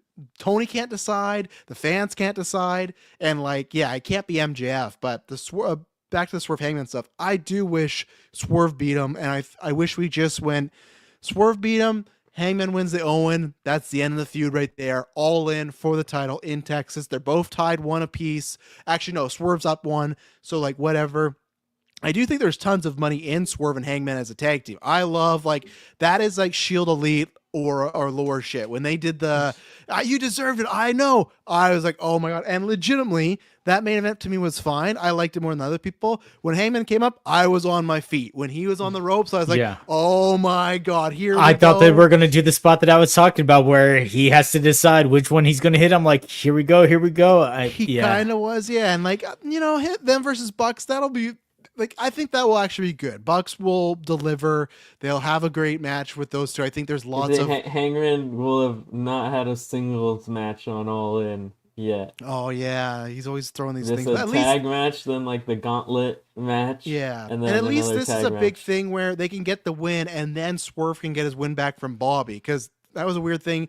Bobby, like, didn't squash him, but beat him pretty easily, and then they just dropped the feud. There was a supposed rumor that they didn't want to work with, or Lashley, or maybe the Hurtson kid didn't want to work with Swerve. Yeah, which is weird, but it's like, again, power up, and like, that's who, Sheldon and Bobby, that's who you should be losing your belts to, is Hangman and Swerve. Like, I don't care how much people like to chant, we hurt people. It's like, for me, it's just like, it's not bad TV. It's almost like what you were talking about in the main event. For me, it's just boring TV of like, the Hurt Syndicate come out, they chant, they kind of squash guys for a little bit, they get some shine, and then the match is over, and then they do like a celebration. Tag team walks out to challenge them for the next pay-per-view, and then that's the match. And I love Sheldon. Bobby, I'm like, I used to be, hey, in 04, as a kid, I fucking love Bobby Lashley. In GM mode, I was booking him as my champ all the time. I love Bobby, but I just like, I have no interest in him really right now in this current day and age. So I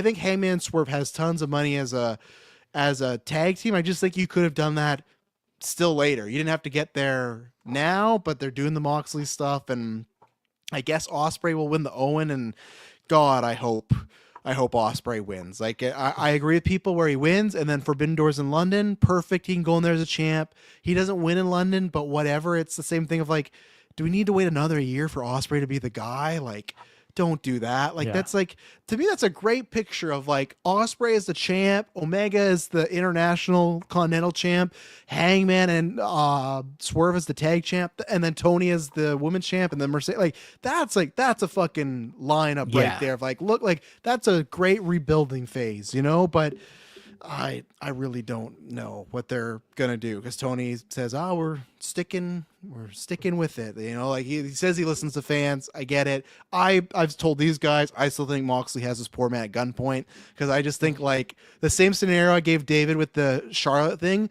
I legitimately think. I mean, that's Tony, like the supposed like that he's the like word, he was yeah. looking, yeah, he was looking to he was not happy with how he was in AEW, and then suddenly he comes back and wins the title right away. Yeah. And to me, I think it is a thing that if they don't play out the story, Moxley's for sure gone. I think if they play out the story, there is a chance the next contract comes up, Moxley stays. I actually think it's more a chance. There's always a time where WWE could get him, but I think if he does not see through the story, Moxley's out of there, because he knows WWE will pay a lot of money. There's a story with Roman. There's a story with Seth. Like there's a bunch of, you can even do something with Punk if you really wanted to. Rematch. There's stuff there, and even the new talent. There's tons of new talent Moxley doesn't work with the WWE, right? So like, I think, and I'm at the point where it's kind of what David said with Charlotte. I'm like, it's not worth it. Like, if he's gonna be pissed and go, let him go. You got other people. You got tons of stars. AEW is not where it was 3 years ago, but it's also still like, it's been climbing. It still sells. Like they still make tons of money on pay-per-view buys. They're in a great spot right now. Like whatever, All In, like still's a good amount of crowd. Like you're fine. Moxley's not going to be the make or break for AEW. I think there's other people that would hurt more than Moxley. Not saying Moxley's not important. Don't get me wrong, but sometimes you just got to sit down and be like, this isn't exactly working. But then it's tough if they're like, oh, but the Twitter views and the YouTube views. It's like, are people watching that? Unironically though, like are people hate watching it? Like I don't know. So let's see, was anything Kenny defeated Ricochet and Speedball. Great match. That was tons of fun. I like long matches. I actually think it went on a little too long. I think they missed their crescendo of like the perfect ending, but I've not seen much of Mike Bailey. He's a very fun guy. I love the Ricochet commentary spot they threw back to. And I think with Mike Bailey, the thing was he wasn't in like the US for like a long time because of like some visa issue. Like he was pretty much like banned from the Canadian, US for right? like he's Canadian. He was in TNA for a very long time. He used to team with Ethan Page. Okay. They had a martial arts gimmick together, and he's been out for a little while. Once his contract was up with TNA, before going to AEW, he had some visa issues with the whole not working here, but I'm going to be working there, and the weirdness that they do, even though you have a job, but you're still not working, like they can't. Yeah, it was a weird thing. So that's what kept him out for a while. But he's fun.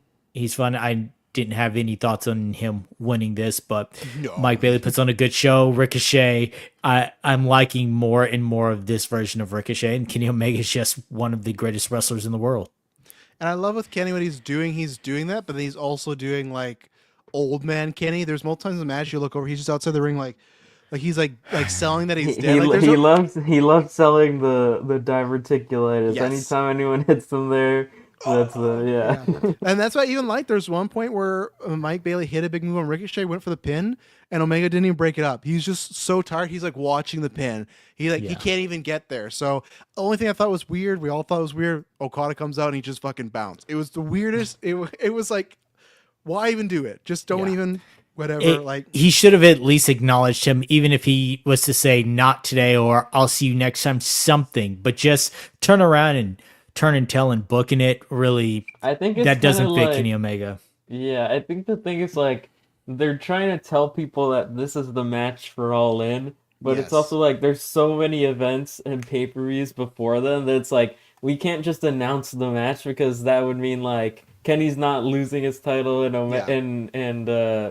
Okada isn't losing his title, so it's like they kind of have to do as much teasing as possible without just straight up announcing, even though we know it's Yeah. happening.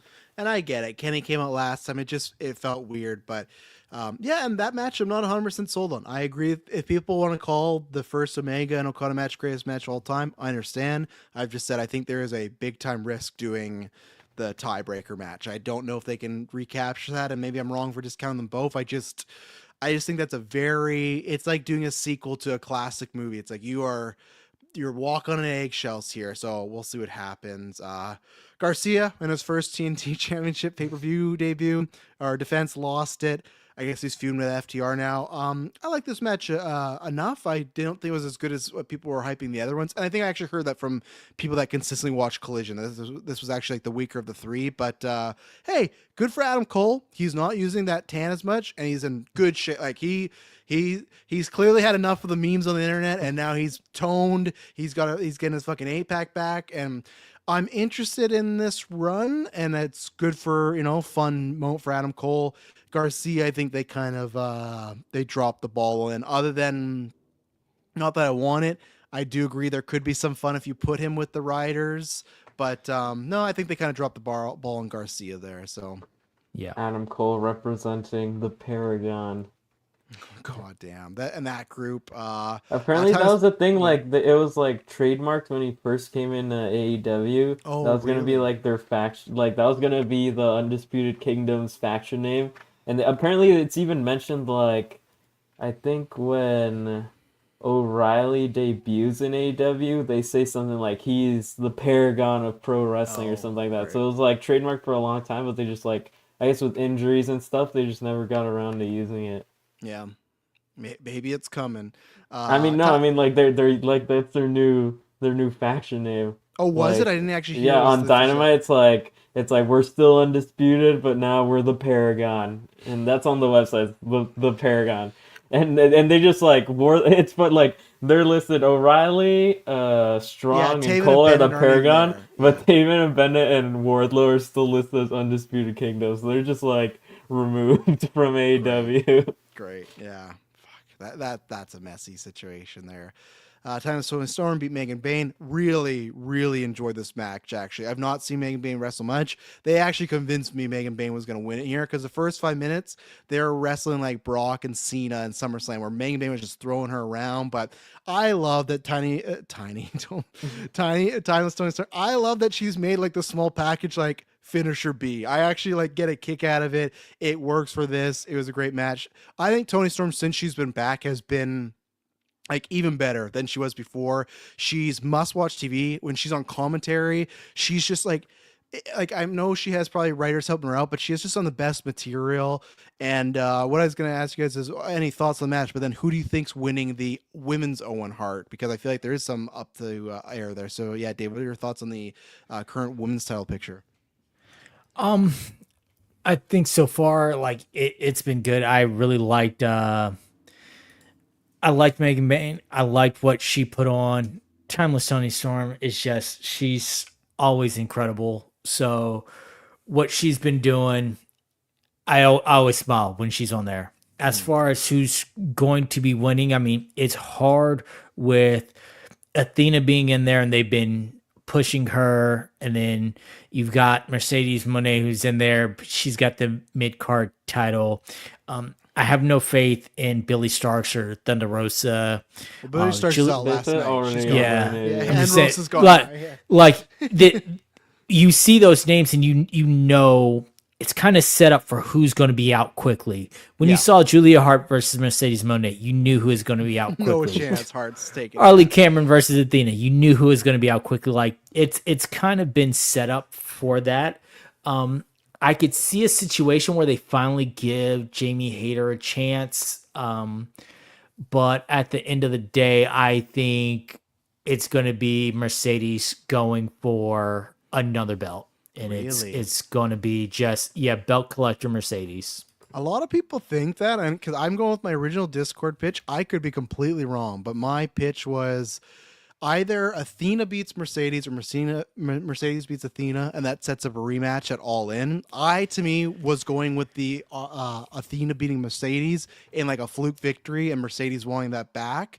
I think don't just call me because I'm like a hater fanboy, but like I think she's gonna win because the person that Tony Storm beat the title for, like way back when Hayter got injured, was Jamie Hayter. They did that quick like 5-minute match where Hayter was injured but still wrestled and dropped it to her. And I think what's gonna happen is she's gonna win that tourney and she's gonna turn heel because you just can't have a babyface Hayter up against a babyface Timeless. Like that's unfair. So I think it'll be like the Kevin Owens thing where Kevin Owens is right, but he's a heel for being right. I think that's what they're going to do with Hayter is, hey, I was injured, and not only was she's injured, Tony Storm cheated in that match. She had the help of like Paige and Ruby Riott. Like, I think she's going to say like, she cheated and now all you guys fucking love her because she like dresses up in black and white. Like, I think they're going to turn Hayter. So that's my pitch is I think something with Athena and Mercedes that gets them all in, and then Hayter versus Tony. But don't get me wrong, if you're thinking about like WrestleMania, like for AEW,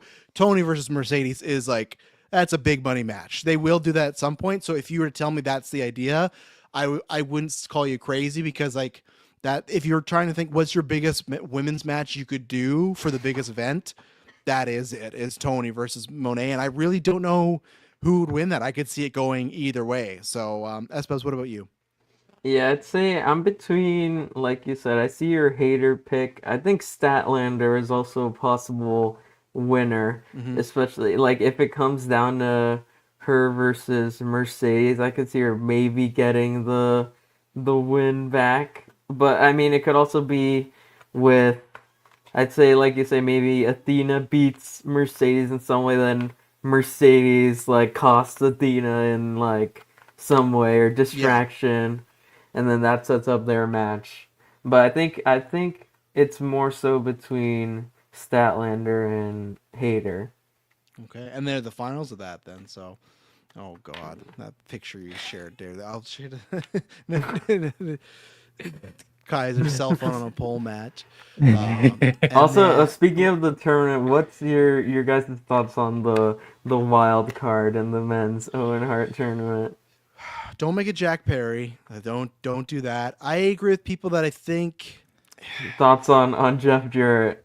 No, I'll take Jack Perry over Jeff Jarrett. I honestly will. Fuck, I don't want there. I'm hoping it's Alexander because they signed him. It's been quiet, but at the same time, do you want Josh Alexander just to lose to Hangman right away? I was about to say it's got to be someone who can take a loss. So then I don't know. Maybe it is Jack, unless the story is that Hangman gets screwed by Death Riders or something, right? Like if he's losing, That's what I'm thinking is gonna happen. I think whoever it is, he's gonna lose too. But then I also at the same time, if it is Alexander, I don't know if you want him his first win to just be like, yeah, the Death Riders just like beat up Hangman or something, or the Young Bucks. I mean. And I can't remember last year at All In, did they do some sort of gauntlet or something? The Casino Gauntlet, or was that wrong? Yeah, Hangman was in the Casino Gauntlet. What was that for? Was it just for like a title? It was for the Money in the Bank thing. Right. Okay. And that's when the last person was Luchasaurus, and he came out like as Luchasaurus, and it looked like he was gonna betray Christian. I'm pretty sure who took the pin. No, it wasn't Hangman, but like he was in there. He was, yeah.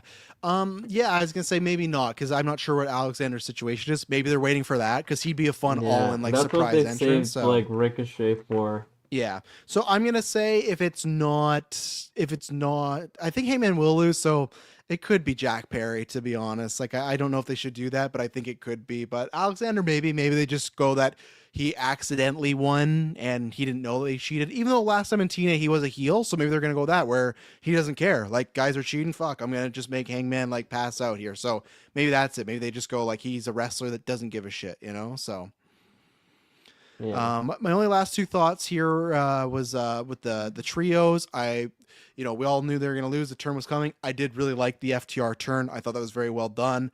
Lots of good drama there.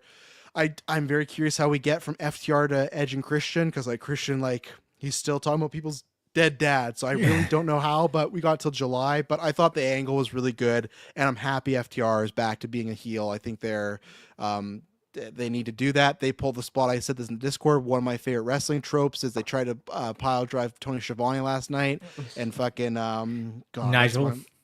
Nigel got up. I love when a heel commentary former wrestler defends his buddy, because like the whole time they seem like they hate each other, but it's like no, Yeah. it's like kind of like a but that's my brother situation. So Yeah. I like that. I wonder if they're gonna fucking destroy Nigel at a later point. Don't really know what they're doing with Garcia being involved. Just seems like, well, we need. My hope was Garcia was going to turn He was heel kind after of like loss, but teaming up with them like a bit ago. I guess. But what's the story now? It's like Garcia, I guess, has to find a buddy and take on FTR. Like maybe it's Yeah, I Nigel, don't know. maybe that's his buddy. I don't know, but at least hey, Garcia's at least he's around, because sometimes Tony has a bad thing where people lose a title and then they're just like private party, they're just gone. So at least Garcia's doing something. And then my last thought was, because I missed the match he had with Jay White. I've never seen Kevin Knight wrestle before, at least knowingly. I fucking loved everything Kevin Knight was doing in that match. I am so excited. I'm so excited to my next GM mode to download a Creator Wrestlers Kevin Knight and book this man to the moon. I loved everything, because what I love is like he's got height, he's big, and he's doing some cool different variations of the frog splash. I really enjoyed this guy. My hope is it's not just Tony's like, I got a great wrestler, and then he's just like on ROH. I don't want that. You put him against Jay White, put him against Will Ospreay. This is a guy that like turned down a WWE tryout because he, rumor was he didn't want to run the ropes, and he's like, well, that's not how it went down. But still, like, I get it. If he doesn't, some people like I both think companies better. Yeah, he did the thing. He did do the tryout. I think in the end he was like, yeah, I didn't have any hard feelings about it. Like I don't know why people are mad about it. And that's the thing. Same thing with Speedball. Like he didn't talk to anybody. He went right to AEW. There's some people that. And same thing, we're going to find with Mariah May in a couple of months, because she's like posting cryptid stuff today where it's like every decision I make. But to me, Kevin Knight, like that was a really good match with Ospreay, and kind of like a star making. Now I'm like invested to see, okay, what can this guy, like I want him in the Casino Gauntlet and just doing cool shit in that match. And like I just became an I instant wonder fan. if they're gonna do that, like the briefcase thing again. I don't know. I would just be fine if they just made it for like a title shot instead of the briefcase. Yeah, She's just like, hey, I don't want to number see one another briefcase for contender. a while in AEW. yeah, No just more do a number one briefcase. contender. They convert, and that I'd be completely Or fine just if like do for like a $10 million battle royal. yeah, exactly. Yeah. Yeah. I'd be fine if it was just, hey, you get, let's say, yeah, Kevin Knight wins it. Hey, you're versing Moxley on Dynamite, or you're versing Ospreay or whatever. But we'll Or see. yeah, 'Cause for maybe like contendership for All Out or something like that. oh yeah, It's because that's like only in September, 2 right? weeks later, yeah. Yeah, so or, do that. Or Get no, they rid- moved it. Yeah, right. Yeah, I think this year it's farther. It's in September. It's not the week after like it used to be, but still, that's an easy setup story of Casino Gauntlet. They win. They verse the winner of Moxley versus Ospreay, which maybe it's Moxley, but. Anything I missed? I'm not even gonna talk about Bandino and Chris Jericho. I'm not gonna give it a second. It was what it was. Bandino worked really hard. That's what I'll say. He worked. Yeah, the thing is, if you can reverse just like any decision, like Yeah. the Death Riders would have lost like in Yeah. their first match. They should put Swerve's mom in the crowd. We're like, no, the Bucks, they did this. I will say, only thing, Bandino, the elevated 60-second suplex on Chris Jericho, who's not a small guy, very impressive. Bandito, always been a great wrestler. So, anything else I'm missing before we end this? Also, we're about to the 3-hour mark, so it's been a girthy one. All right, so we'll be back, and yes, in the future, that's why we're gonna do the goodbye weeklies, because in the future we won't have to speed through certain things like a full AEW pay review. But it's WrestleMania week, and like I said, you'll get a lot more spread of other stories, free agents, stuff like that we can talk about and bounce about. But yeah, we'll be back on Saturday to talk about WrestleMania Night 1, get some draft results. I think it's gonna be a very fun. Last year was fun WrestleMania. This year I think it's gonna be even funner because there could be some different winners and picks. But yeah, we'll be back on the weekend, and we promise you will not be